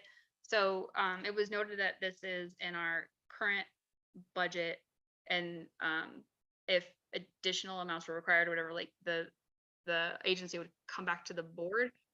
But if this was part of the capital projects line item, we have a 3-year capital carry forward policy. So I guess I'm just trying to understand, like, if this, I guess I'm just trying to understand, like, when the agency would come back and ask for that additional authority to spend, like, according to our current, you know, fiscal policy and delegation of authority. Mr. Chair, if I may, please. Yes. Yes, so thank you very kindly for the question, Director Rusha. So when we came forward collectively with the budget in which we were proposing for 2024, that dollar amount that you've referenced previously was collected for all items associated with the near-term downtown rail reconstruction project. That was more or less an appropriation that was provided. when I came before you all last month and we were talking about the myriad components that are involved with the reconstruction project, for all intents and purposes, you're delegating authority to me if in fact this is the board's decision to do so for this specific contract going forward. So while we collectively group those as relates to one specific project, we do have this project management contract that will be utilized for some components of the near-term downtown rail reconstruction project. But as Ms. Vishwakarma put forward, there are other aspects that will supplement staff or other work that we need for our capital program that's overarching. Quick follow-up, Mr. Chair, just clarify. Proceed. Okay, thank you. So, and I apologize. I've only sat through one budget process as a director, so thank you for being gentle with me. So in the budget message, there was a note about increase in contracted services and consultants or project management. And I apologize, I don't have that right in front of me, but that's what I thought I had read. So I guess what I'm asking is that, so is this $20 million coming from a different line item or section of the budget that we just passed, particularly if, you know, this contract will also be used for other projects that are not related to the downtown light rail reconstruction? I will have if I may, Mr. Chair, I apologize. I will have Mr. McLeod, if I can have him come on screen and speak more specifically to that, because I believe that it is for other aspects as well, but I am not speaking from a place of knowing. So Mr. McLeod, if you can offer some input. Thank you, General Manager Johnson. Yes, this is Doug McLeod, Chief Financial Officer. And I apologize, I'm not sure why my camera's not working, but yes, so the $20 million is included in operating expenses as contracted services. So those are regular recurring expenses that capital programs incurs just as a normal course of business in undertaking projects on a regular basis. The capital carry forward that was referred to as the actual asset cost, so the cost of an asset as opposed to consulting services to support those efforts. So hopefully that clarifies. It does, and Mr. Chair, I promise this is the last one. So, because I do think it's important to understand. So it's not that, you know, we had $150 million appropriation, and then this is $20 million against that. This is in addition to the 150, and that is part of our general, like, operating. So the 150, I understand you were talking about, you know, asset like acquisition. Does that include like the actual I'm assuming construction costs? You know what I mean? Like our general contractors, the electricians, the pipe fitters, etc. Mr. Chair, Doug McLeod. Proceed. Thank you. Correct. So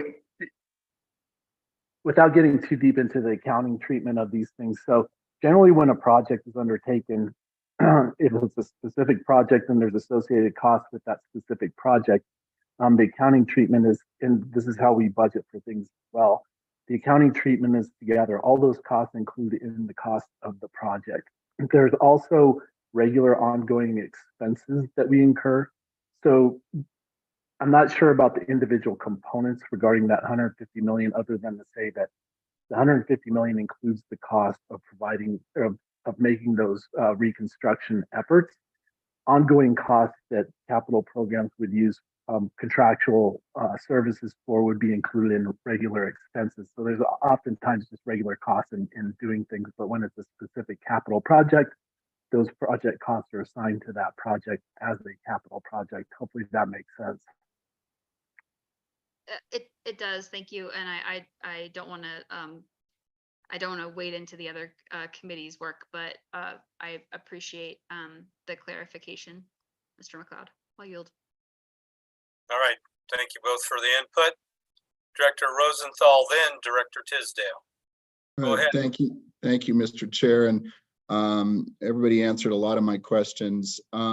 We don't see a lot of information about Tri-Unity in the packet, and I was wondering if you could provide us a little bit of information more about than what's in there. It does, talk about that they have already a lot of direct experience with RTD. They've already worked a lot of successful projects with RTD. I've certainly heard of them very well in the community myself, and just perhaps a little bit more from our team as to their background and their involvement here in Denver and potentially with any other clients that they have here locally.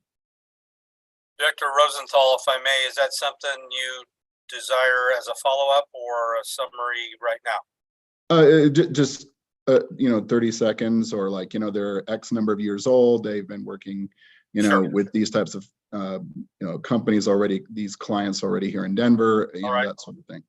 Let's call on Kevin. It looks like he's ready to answer your question. Yes, they have been working with RTD. In fact, they were formed right here in Denver.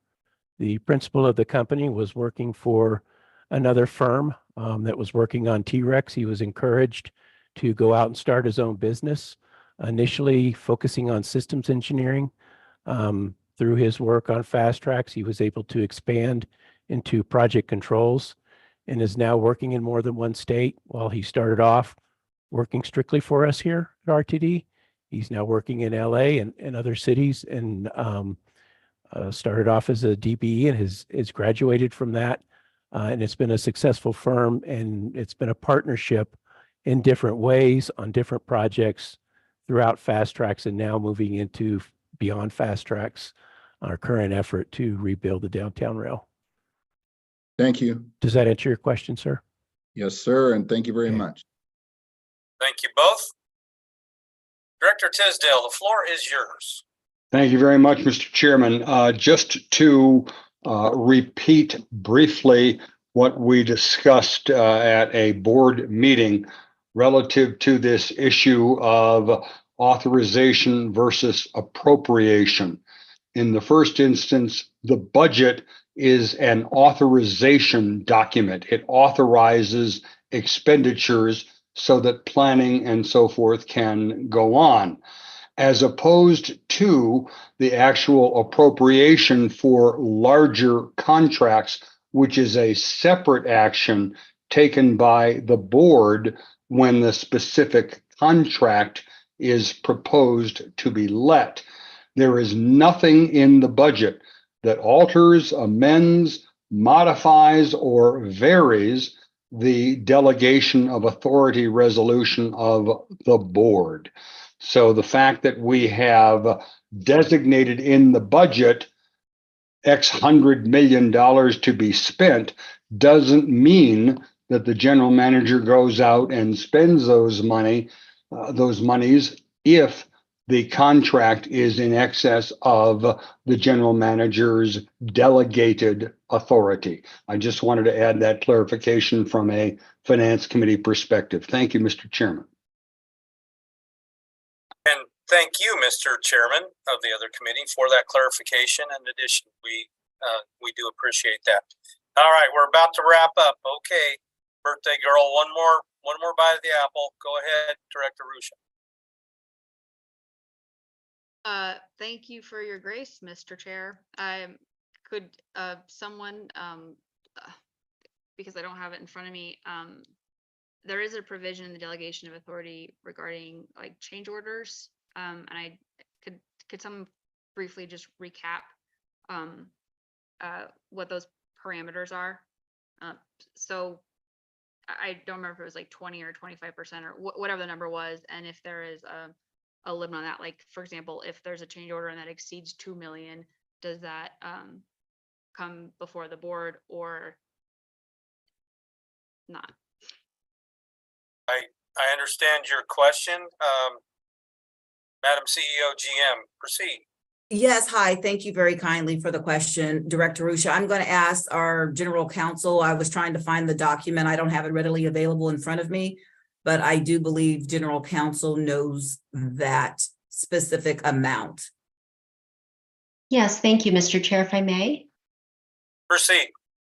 This is Melanie Snyder, General Counsel. So Director Rusha, I think you're referring to, let's see, it's subsection B6 in the delegation that talks about contract amendments and change orders as may be necessary from time to time, not to exceed a cumulative total of 25% of the original contract amount, provided that amount does not exceed $2 million. So that's the cap on the GM and CEO's authority under the delegation. Does that answer your question, Director Rusha? Indeed. Thank you very much, General Counsel Snyder. You're welcome. All right, thank you. Thank you all. Good discussion. We do have a proper motion by Director Busick, a second by Director Sloan. Are there any no votes on this action item?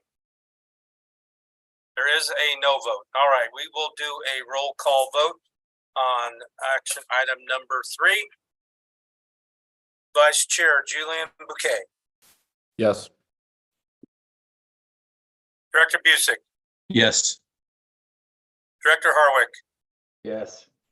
Director Rosenthal. Yes. Director Rusha. Respectfully, no, not at this time. All right, Director Sloan. Yes. And Director Whitmore is a yes vote. So with 6 aye votes and 1 no vote and 0 abstention, that motion passes. The no vote was Director Rusha. All right, we are rapidly approaching 2 hours. We have 1 action item, 1 discussion item. We have a couple of housekeeping matters to discuss. I'd just like to have some head nods. Do you want to plow through, or do we need a 6-minute break? I got a no vote from Vince. Let's move it on. Let's get this done. All right, that sounds great. The final action item for the evening is approval of the 2024 Operations and Safety Committee work plan for the Operations and Safety Committee to approve the 2024 committee work plan. Is there a motion? So moved, Bouquet. Thank you, Mr. Vice Chair. Second, Rosenthal. And a second from Director Rosenthal. All right, so much like Director Tisdale in the committee meeting last night, want to talk through just a couple of actions that the ad hoc committee, if you will, has taken, and then also certainly would welcome input from Executive Office Manager Jack Kroll or COO Michael Ford in this regard. But I do want to reiterate what was said loud and clear last night, and it applies certainly for this committee, is that we fully intend, and the we being Vice Chair Bouquet, myself, and staff members that have been involved, for this to be a living document.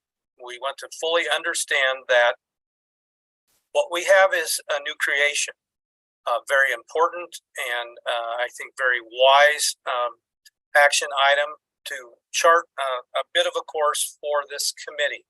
So the group met, and I really want to thank Vice Chair Bouquet. To call him a scribe would be an understatement. I do appreciate his hard work in taking copious notes during the retreat, and also talking to several of you about your inputs. It's been very helpful, and certainly Vice Chair Bouquet, be happy for you to comment as well. As you will note in the plan, there's highlighted areas which are new ads as a result of retreat input or other inputs. That being said, we want to acknowledge that not everything that was asked was put into the document. And I've had the opportunity to visit with a couple of you in that regard. And certainly, I don't want a long discussion about why and how that decision was being made, but if there are some that are of pertinence to you, I would like those at least mentioned.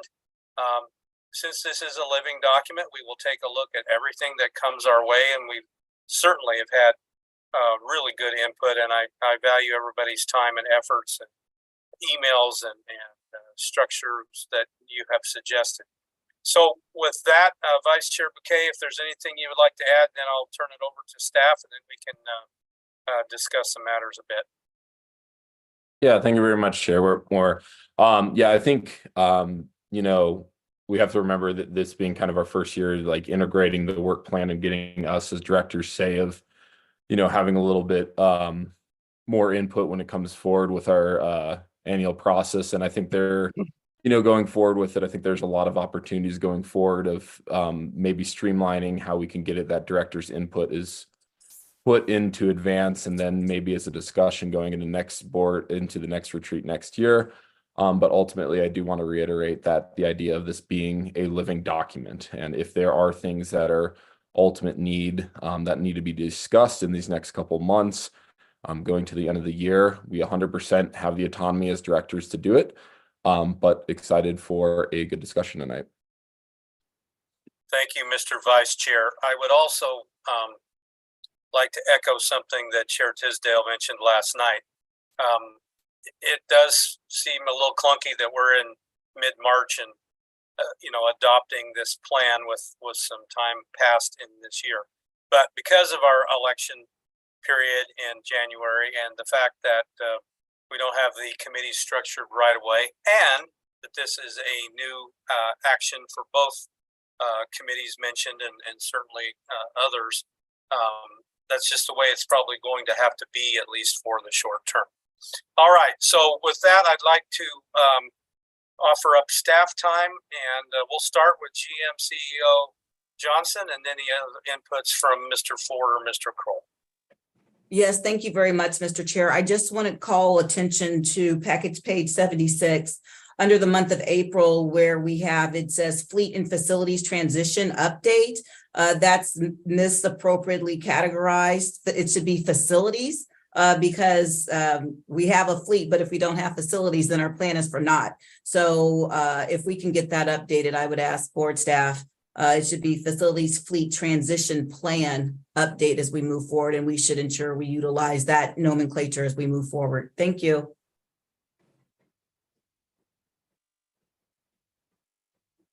You're on mute, Chair. That's why I have a great vice chair to keep me on track here. Mr. Ford, I saw that you are unmuted. Proceed if you'd like to.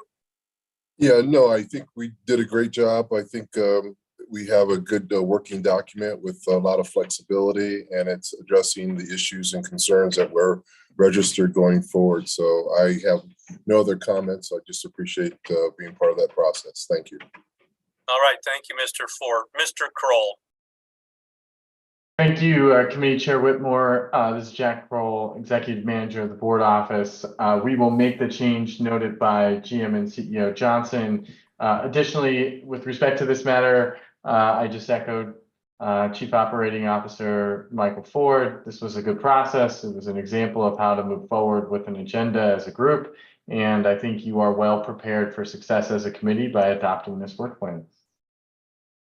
Thank you, Mr. Kroll, and all of staff for your efforts in this regard. All right, any questions or input? Director Busick, proceed. Thanks, Mr. Chair. Just want to thank you and Vice Chair Julie Bouquet and staff for putting this together and for listening to us at the retreat. I see a number of things that were mentioned at the retreat are in there. And I also like the reminder to us all that this is a living document and flexible so that it can be tweaked in the future as things arise. And it's, you know, we could have 25 more great things to put in here, but if you monopolize and completely fill this calendar, then you have no room for that flexibility. So I think it's a great job, and I intend to support it. Thanks. Thank you, Director Busick. Director Harwick, floor is yours. I just want to, I totally hear what everybody's saying. But I do want to just make a plug for the Riders' Bill of Rights. I think a lot of the conversations that we've heard tonight, you know, just about service planning and everything that's going on, making sure we have ADA access, like, to me, it really feels like I know staff is doing like, as the GM and CEO will say, yeoman's work. But I do think that there's really something to be said for having sort of looking at this more holistically and thinking about how we could really be doing, instead of being here, taking it up to the next level, and how we're going to interact with, our customers, and making sure that they're aware of what's going on, and making sure we're really considering everything that they need and as best as possible. Thank you, Director Harwick. I think we heard loud and clear in regard to that item, and we'll continue to consider it. So I think Director Vice Chair Bouquet, did you have something you want to talk about in that regard? Otherwise, I'm taking you a little bit out of queue. Yes, sir. I just wanted to directly talk to Director Harwick's point of, I think we did have it as a discussion at one point of potentially having that brought up in other matters. And I think the big thing that kind of looking for with it, Director Harwick, is looking into what do we want to pinpoint and what do we want to have the discussion regarding the Rider Bill of Rights, pardon me. And specifically looking at what do we want to discuss going forward with it. But I think it's definitely something that should be discussed in the public. And I think we potentially would have it as a discussion in other matters in sometime during this year. But I'm so glad that you brought it up. So thank you. Yes, thank you for the comments, Mr. Vice Chair. Mr. Board Secretary Guzman, the floor is yours. Although I'm not a member of the committee, I do want to say I would also agree. I would like to see that come forward to the board at some point through this committee. And Director Ruscia, I am really sorry. I was simply trying to tell you that you were on mute, but I knocked my very hot coffee all over my lap, and I leaned over as I was unmuted, and that slipped out. It was not a direct attack at you, I promise. So I apologize. I own that mistake. Sure. But thank you. All right. No more spills tonight, okay, guys? That can be dangerous. All right, Vice Chair Bouquet. I had one more comment. I did see Director Ruscia's hand pop up. I'm not sure if you had a comment or not. I would yield the floor to you, Director Ruscia, if you had anything. May I, Mr. Chair? Proceed. Thank you. Speaking of order, so I just wanted to note that in the board operating guidelines that were sent to us for review before we update them, there is a specific note that says that we should strive to route important policy considerations through the appropriate committee work plan. And this, the Riders Bill of Rights, which I sent a memo on to the appropriate people, describing, the content and asking for a discussion item. It does have at least 3, if not 4 or more directors who are interested. And so I just wanted to, raise, it does feel like a bit of a conflict, particularly our bylaws, stipulate that 3 directors can put an item on the agenda for discussion or action. So I can't speak for other directors who were interested in it, but I can say for myself personally, I was trying to practice what I preach and offer a discussion item first, so we have time to process and collaborate as a body, like we're a team, and also give notice and do it through the work plan as we've been instructed, not just in the most recent draft of the board operating guidelines, but also reflecting back on our discussion about what the work plan process would be like. So I just wanted to offer that I think my colleagues, we were trying to follow the directions that we were given.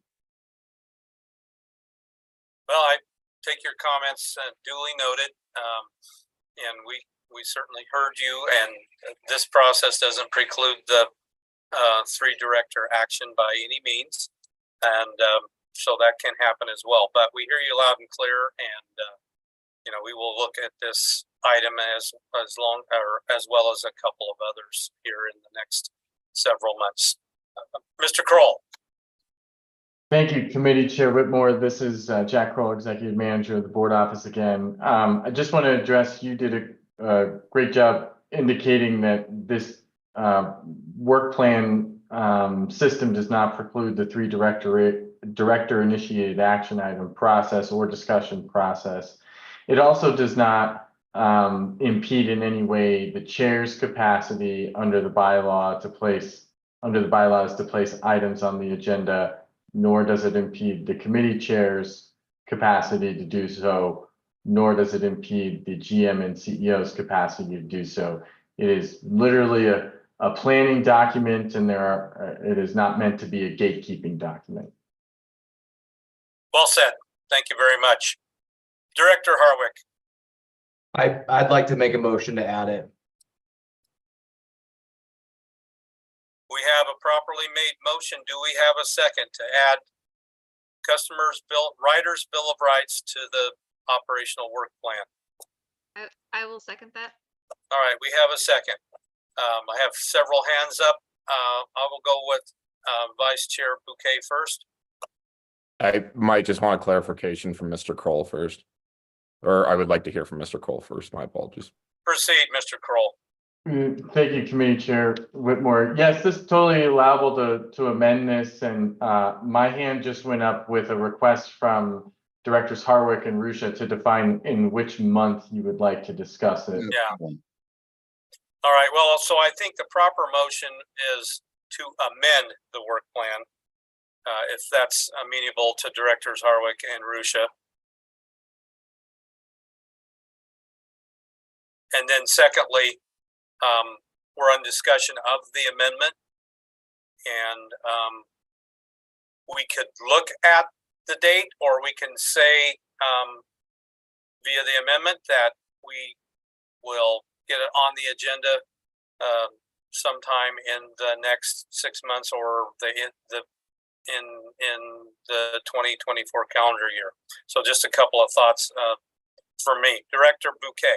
Yeah, I was just going to suggest maybe going with the latter so that we give the appropriate time for staff potentially, if Director Harwick and Director Ruscia are okay with it, of adding this to the work plan for 2024, but giving flexibility of what month we discuss it. If we do feel like it's an urgent matter, I'm happy to look into it, but I think just having it as a discussion item for 2024 is more than appropriate, just so that we respect staff's time. Thank you. Yes, and I totally agree with that. Director Ruscia. Thank you, sir. So I, as far as what the potential amended motion will say, I will yield to Director Harwick on that decision. I would offer, though, I think we're all making a good faith effort. And again, we were requesting this to be a discussion item first for a reason. And so I guess I would just like to offer in the near future, not 6 or 8 months from now, but we could leave it, TBD, but include it in the formal work plan, with the other items that aren't scheduled yet. And then we can collaborate. We can, talk to Mr. Kroll, have conversations with our GMCO and chair and vice chair, within the parameters of OML. But I think we could work it out. But I will yield to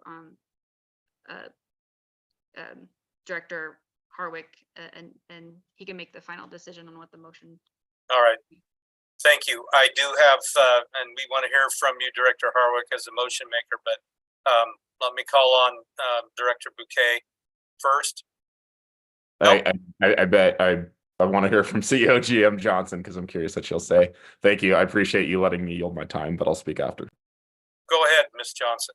Thank you very much, Mr. Chair. I just wanted to offer this up for the board's consideration. I know oftentimes individuals use the term rider, but recognizing as defined, a customer is a recipient of a good or a service, and a rider is a person who can ride something. And if we're talking about Bill of Rights, I would just offer that up for y'all's consideration. This is something that the board is bringing forward, but I'm always one, if we're talking about, providing service and ensuring that individuals' rights are being met and there's expectations, there is a very distinguishing factor between a rider and a customer. Thank you. All right, I do appreciate that input. All right, Director Busick, we're still going to come back to you, Director Harwick. Be ready. Yeah. So There was a motion and a second to add this as a discussion item. The chair and the vice chair have said we're going to add it as a discussion item. Can the motion maker and second withdraw their motion and second, and we'll just move forward? Or do we need to somehow, in some other fashion, take care of that motion?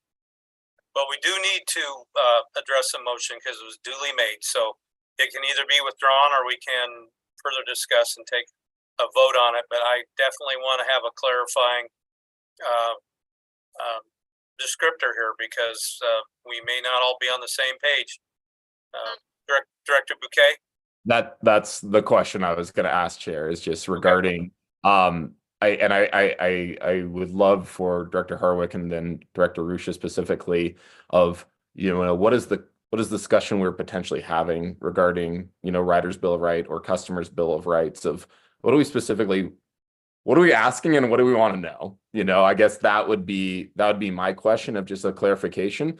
And that is not necessarily an answer I need or we would need tonight, but I think it would be more than appropriate to, again, work with staff specifically pinpointing what do we really want to look into going into 2024 with the Bill of Rights. And it looks like from Director Harwick's nodding, he's yeah, I do. on board. I do appreciate that. So we have a language suggestion from our GM CEO, Director Harwick.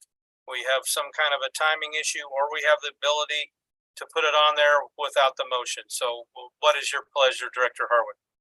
I mean, if we're good to put it on the work plan for this year, I just want to make sure it's actually on the plan. I don't want to, I know how life happens and I don't want to get pushed off as we get towards the end of the year. So being on the plan to me I feel good with that. And happy to sit down with you, Director Bouquet, and hash this out further, you and myself and Director Ruscia, if that's what it looks like. So if we have the commitment to put it on here, then I feel fine withdrawing the motion with it being said that it'll be on there. Okay, I do appreciate that. Director Rosenthal, floor is yours. Thank you. And I guess as I listen to all the discussion, I'm hoping that perhaps the discussion might on this proposal might be able to happen more towards the middle part of the year or later part of the year, only because it sounds to me like we need a little bit more input from our general manager, CEO, potentially also our general counsel, because if we're talking about a Bill of Rights, that also means what are RTD's obligations. And so I think that invokes the fact that, that there's going to be some, details that might be helpful when we're putting this together so that we have something a little bit more concrete to discuss when we do discuss it. Thank you. Points well taken. Vice Chair Bouquet. And to streamline it the easiest way, I'm happy to reach out tomorrow, Director Harwick and Mr. Kroll, and we can discuss what specifically we want to pinpoint. Thank you. All right, thank you. All right, Vice. just a point of order. A point of order. So Yes. we have a motion. Sorry. Thank you, Mr. Chair. We have a motion on the table to adopt the work plan as drafted, and then there was a motion made to amend, essentially to adopt with a condition. And now we're talking about withdrawing Director Harwick's motion to amend, but the original motion still does not include the addition requested. So maybe a parliamentarian can weigh in, but I actually think that we do have to amend the original motion because the motion references the document as drafted. And I agree the motion to amend needs to be handled properly. And I think it might be best to go ahead and have a vote on that. Otherwise, we as a ad hoc committee agree to move forward. What happens if the amendment fails? And then we have no action that is on the record, but we've all said that we would be amenable to the discussion of this matter. So Cleanest thing would be to vote on the motion or for Director Harwick to withdraw it, knowing the conversation that has taken place over the last 15 minutes. Director Harwick, what is your pleasure? I'm asking you one more time. I'm like I said, if this is making it on the work plan, I'm fine to withdraw. I just need confirmation that it's gonna be on the work plan and square over here. Manager Kroll, Executive Manager Kroll.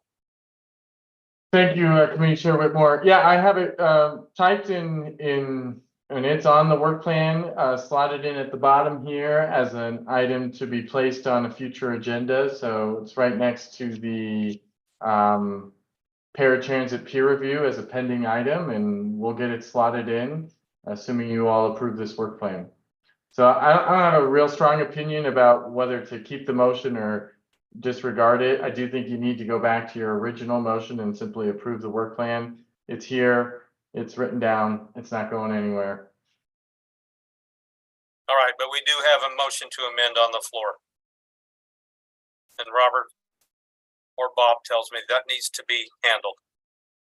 I'd say the cleanest way, given that your discussion has effectively concluded on this, is just have the vote and we can move on. I do appreciate that opinion. All right, let's proceed with the motion to amend the main motion. And the motion to amend is to add the customers' Bill of Rights discussion to our work plan in 2024. That's the way I interpreted your motion, Director Harwick. Is that correct? Correct. All right, that is correct. And we have a second. Are there any no votes on this amendment?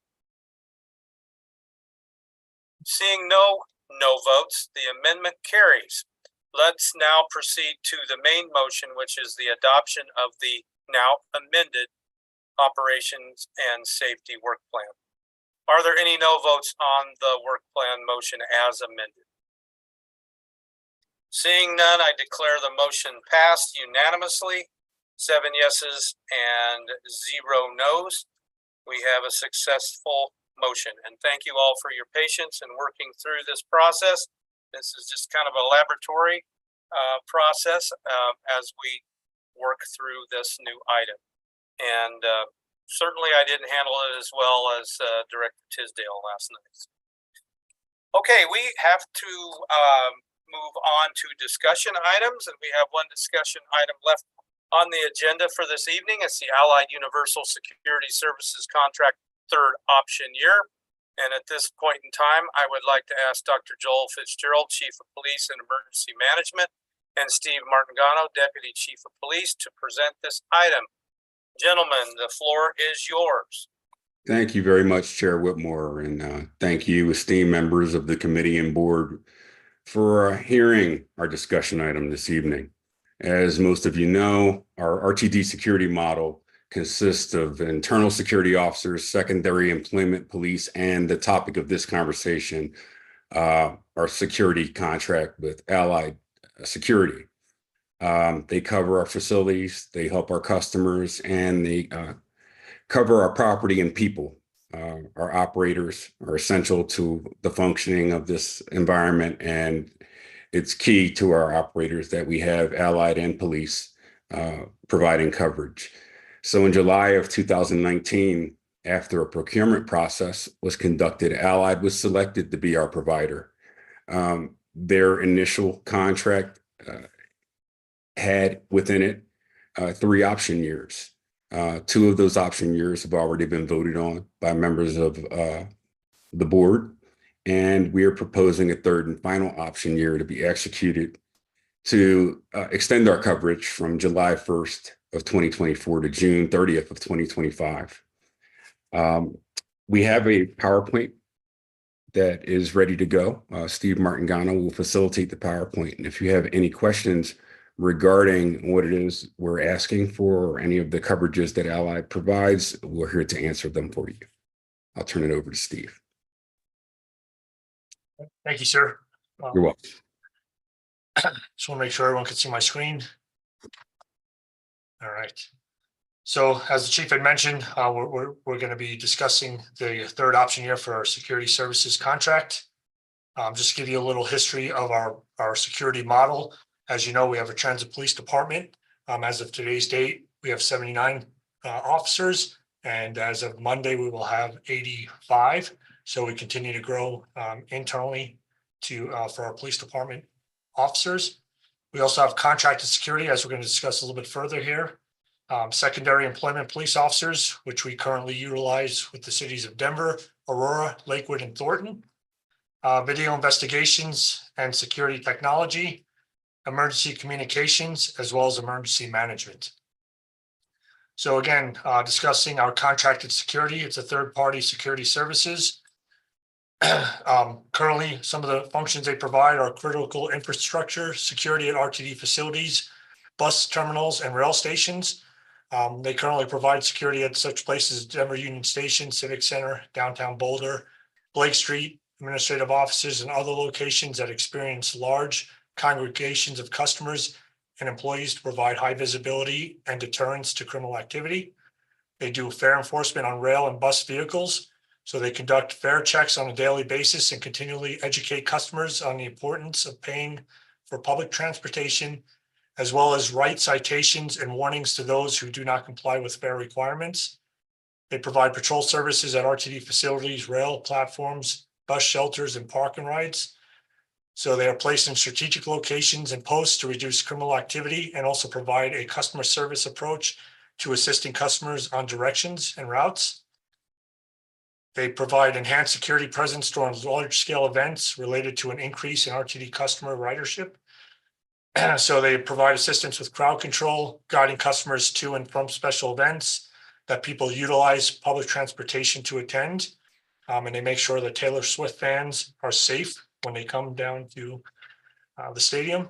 They also provide federally required commuter rail second crew member and duties and responsibilities.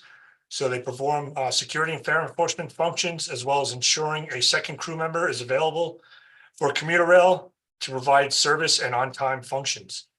I just wanted to state that Allied Universal has fulfilled the contract requirements thus far to a satisfactory level and has not conducted any actions that would negate its ability to continue to provide the services requested by RTD. As mentioned by Chief, we had a 3-year contract, which went from July 1st, 2019 to June 30th of 2022.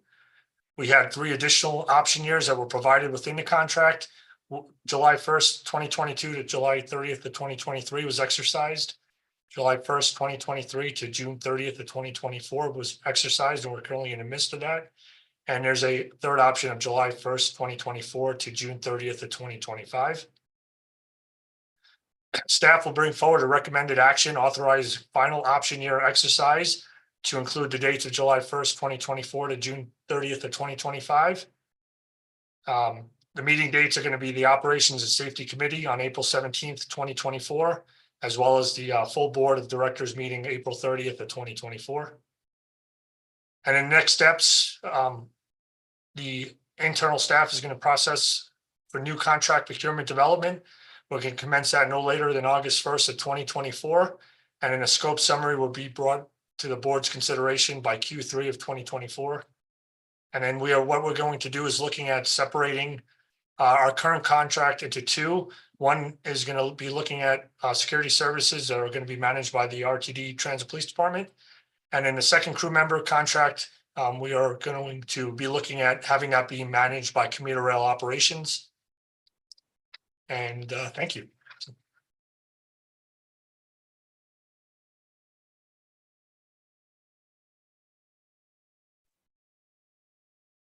All right, Dr. Fitzgerald, does that complete your dual presentations? It does, and we're here to take any questions on this discussion item if there are any. All right, thank you very much to both of you for being here and for that quick review. Director Rusha, you have the floor. I'm gonna vote yes today, so we can keep this moving. But I just have a request. Before our board meeting, would staff just be able to provide either like memo or at that meeting just a little bit more context or a refresher in terms of I don't know how to say this, like contract fulfillment. I think I remember last year there was a point where Allied wasn't able to provide the staffing levels that we needed and that was originally specified, as well just as any notations if those year over year sorry, those year over year renewals had any cost increases. I think just generally for procurement, that'd be very helpful when we're dealing with something like this, just, continuing on existing contracts. So that would just be my request, and it's up to staff if they would like to entertain it, but thank you. So, Mr. Chair, if I may. Yes, I think I know what you're going to say, but go ahead, please. Yes, just a point of clarification. This is a discussion item to introduce this to the board intentionally, and we would bring this back to committee next month and then for the full board's consideration at the April meeting. So that input that you provided, Director Rusha, is what we were trying to garner. So we will work in tandem to provide that information. So when we come forward in next month, we'll be in a better position. Thank you very kindly. Thank you, Ms. Johnson. Do appreciate that. Director Tisdale, you have the floor. Thank you, Mr. Chairman. One brief question that may already have been responded to in part by the earlier comments, but when this matter does come before the full board, if there could be perhaps some explanation as to the reason for splitting out the contract into two parts. And one of it may be, as Director Rusha noted, that Allied did have some challenges in fulfilling the second crew member portion of their contract last year, causing some dropped runs. But if just someone could provide some further detail on that, I think that would be beneficial to the board. Thank you very much, Mr. Chairman. We'll make sure that's included. Thank you, Director Tisdale. Point well taken, and to the point by our GM CEO. This is why we're doing this, to flesh out some of these type of items so we're better prepared for the next decision-making time. I see Director Bob Broom in the queue. Director Broom, the floor is yours. Thank you, Chair. Assuming you have roughly 80 FTEs, how many of those are assigned as fare checkers? The officers that are FTEs, first of all, are 50 of the FTEs now, let's say, are the ones that are out on the street. Those are spread across 3 different shifts, morning, afternoon, and evening. And at this point, not having the graduates out of the academy, the extra 22 or so that are in the academy right now, we just don't have the capacity to have full-time fare enforcement from the members, the sworn members of the agency. We do run fare sweeps and have addressed fare concerns across the alignment. However, it'd be improper for me to present that they do fare sweeps every day, which they're just not able to with the heavy call volume that we have, which is why Allied is in place at this time. Okay, I guess, riding the light rail over the last 6 months, I have never seen anybody do any fare checking. I was on the train last week for a pension board meeting. It's more than just the fare checking part. It's the fact that people who ride feel a lot more secure when they see the presence of uniformed people going through the cars. It makes them feel good that if something happens, that there's, the RTD has the ability to deal with the situation. But I applaud your work, and I certainly fully support this. Thank you, sir. Director Bloom. I completely agree with you, which is one of the reasons why we followed the peer review recommendation of staffing the way we are. And we intend, trust me, there are officers that ride those alignments. It's much like I shared with Director Rusha early in the week. It's much like when you look outside, you never see a police officer, but they're there. They may not ride down the street at the time that you're walking out of the house, but they're there. And we do have them throughout each and every sector. It's just not at the frequency that we would like right now, but as we grow, we will transition to more of a uniform police presence than what you're seeing at this point right now. Thank you. That's all I had. You're welcome, sir. Thank you both. Director Guzman, wrap it up for us. Just a quick question, and this doesn't need to be answered tonight. I'd be happy to get a follow-up on it, but I recall last year we had some conversation regarding AUS in general. My particular ethnic community is not well pleased with them. I don't know how I would vote on this going forward, but I would like to know one particular thing, and I cannot remember at the time. We had a discussion about whether they were allowed to carry weapons on our service, and I know that our police force, our RTD police department, they are sworn officers, but can somebody follow up with me about that offline? I'm just curious. Thank you. Yes, sir. I certainly will. All right. Thank you for the question. Thank you, excuse me, for the presentations tonight. With that, we will move to other matters. I have two other matters I'd like to raise before asking my colleagues whether they have items to be raised as well.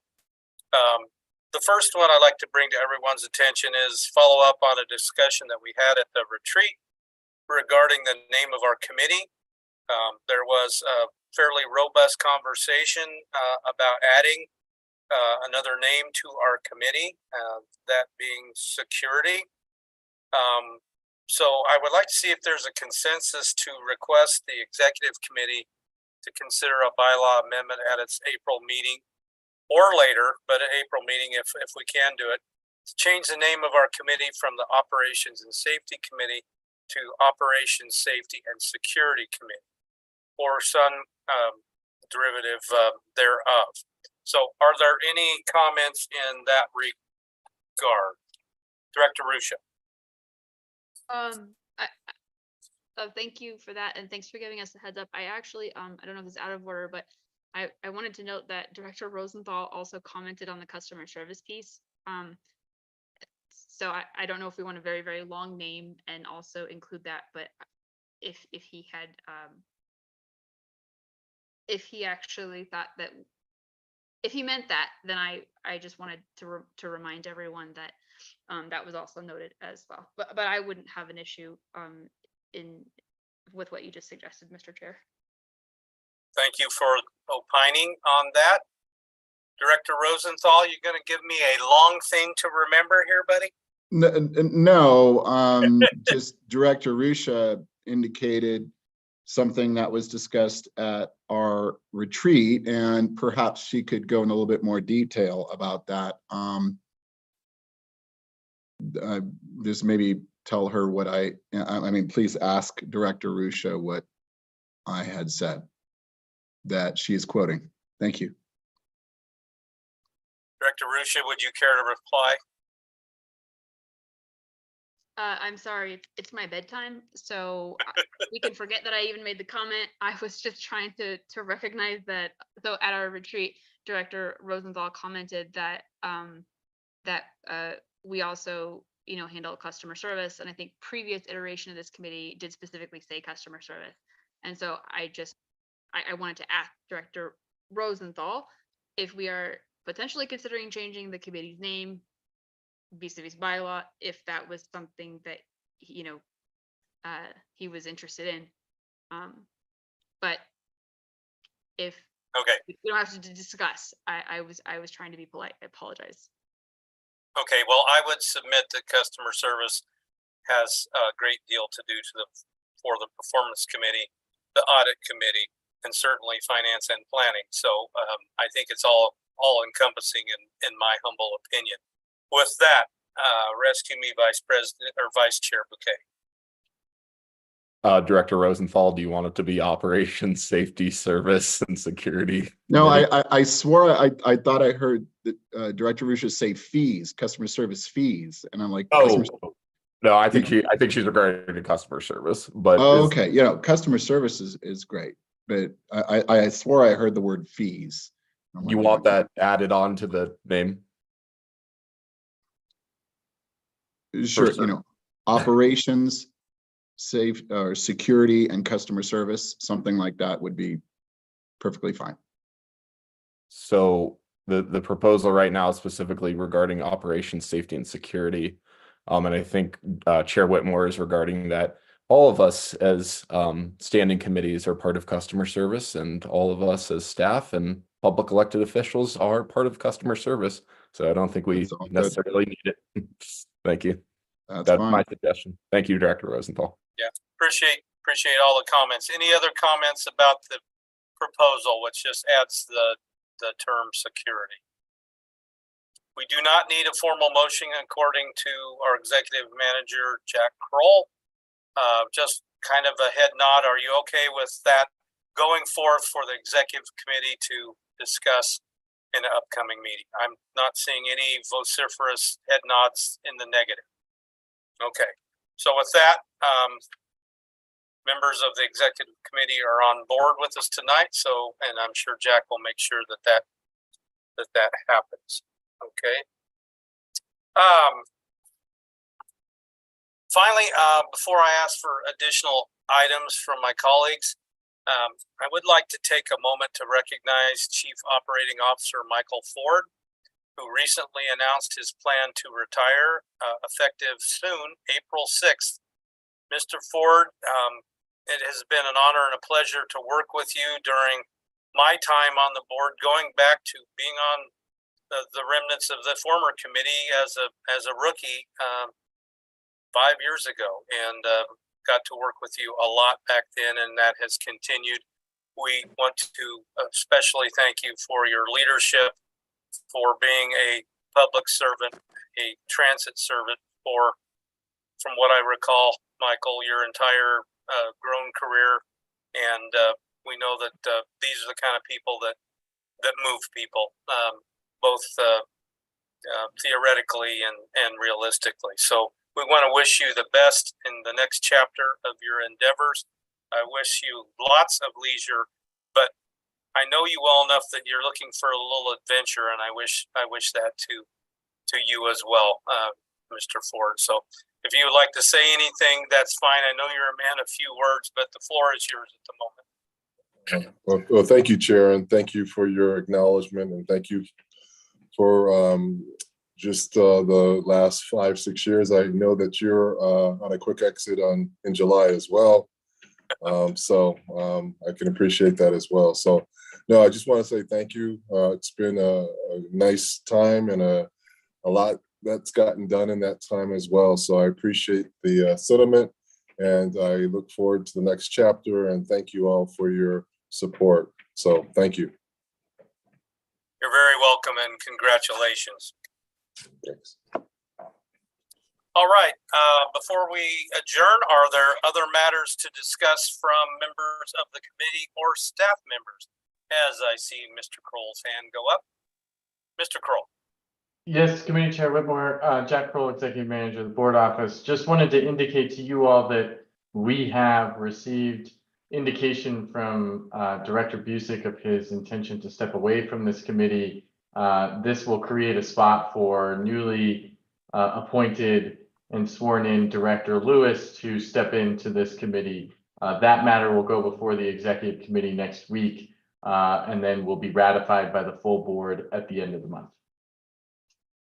And I appreciate very much. I put Mr. Ford ahead of that announcement in my script, and inadvertently so. I would like to thank Director Busick for his service on this committee, and he will be missed, but we know that Director Jamie will be a wonderful addition and already has been. So thank you, Director Busick, for your service and your continuing service to the board in so many different capacities over the years and in the future.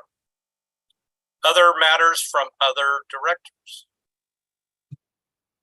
Okay, well, our work plan that we passed tonight indicates that we'll have one action item, which is for the approval of the Allied Universal Services third-year contract option coming up at our next meeting on April 17th.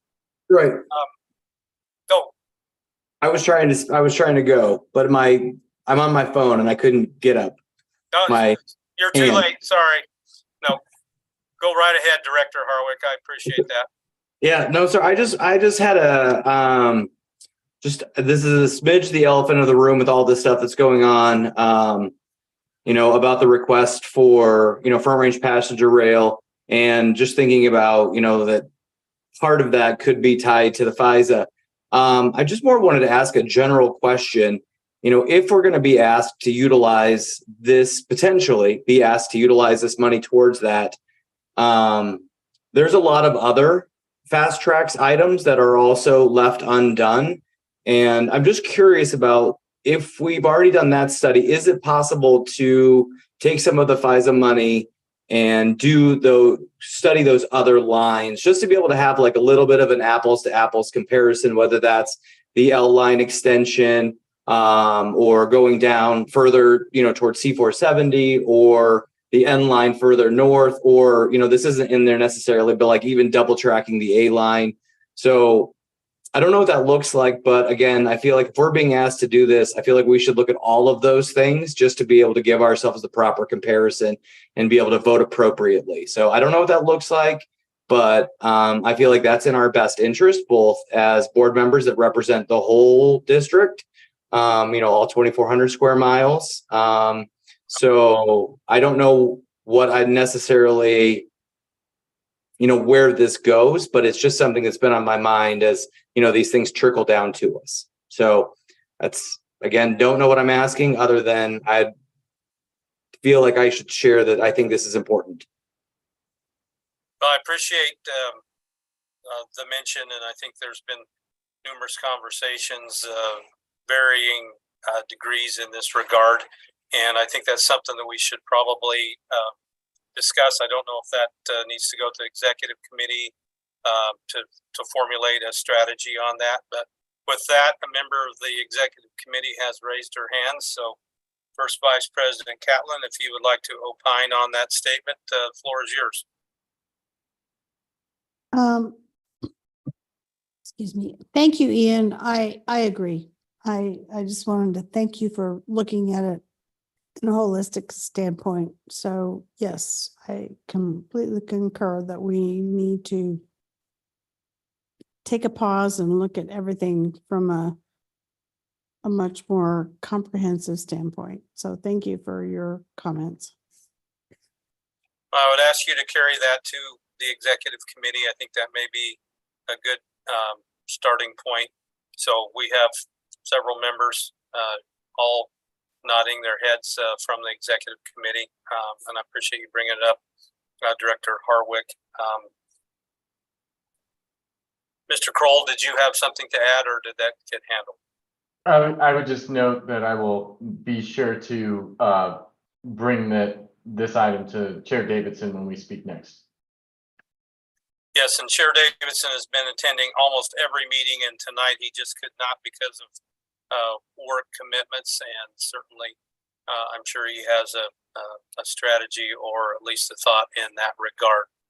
Okay, continuing with other matters, whether related to the last statement or not, Director Ruscia. Thank you, Mr. Chair. This is a new other matter. I had a constituent flag for me that the FF2 connection is difficult or impossible to make from the A line, the one that departs, where the FF2 leaves at 740. So like if one or the other is plus or minus, a minute or two within the expected arrival time, even though we consider that to be on time, he was saying that it made that connection very, very tight or impossible, depending on if it is, 2 minutes or 3 minutes. So I don't know if that's something that we can look at, before before this next service change or how that works. But I just wanted to flag that. I mean, particularly because you know, the FF2 does have limited frequency, so missing that connection is a big deal. Thank you. Thank you for that input. I'm sure that will be duly noted to the proper staff members. All right, so I'll go back to highlighting next meeting, which is Wednesday, April 17th. As we've talked about several times, we have the Allied Universal third-year contract option. But additionally, we will have 4 discussion items, including the Vision Zero Working Group, an update regarding our fleet and facilities transition study, a safety performance update, and our Q1 human resources report. So that will be another busy meeting, an important meeting. With that thought in mind, just a heads up, I have the conflict with my real job that evening. I MC our annual meeting, and it will be my last annual meeting at my place of employment. So it's kind of an honor to MC that and say my goodbyes that night. So staff has been thoroughly warned, and believe it or not, Vice Chair Bouquet is looking forward to that evening because he doesn't have to deal with me. So with that, folks, thank you so much for your attention to details and the meeting agenda that we went through, and look forward to many more of those as we proceed through 2024. With that, I declare the Operations and Safety meeting adjourned at 8:17 p.m. Mountain Time. Have a good evening, and please all be safe. Good evening. See you later, Aurora.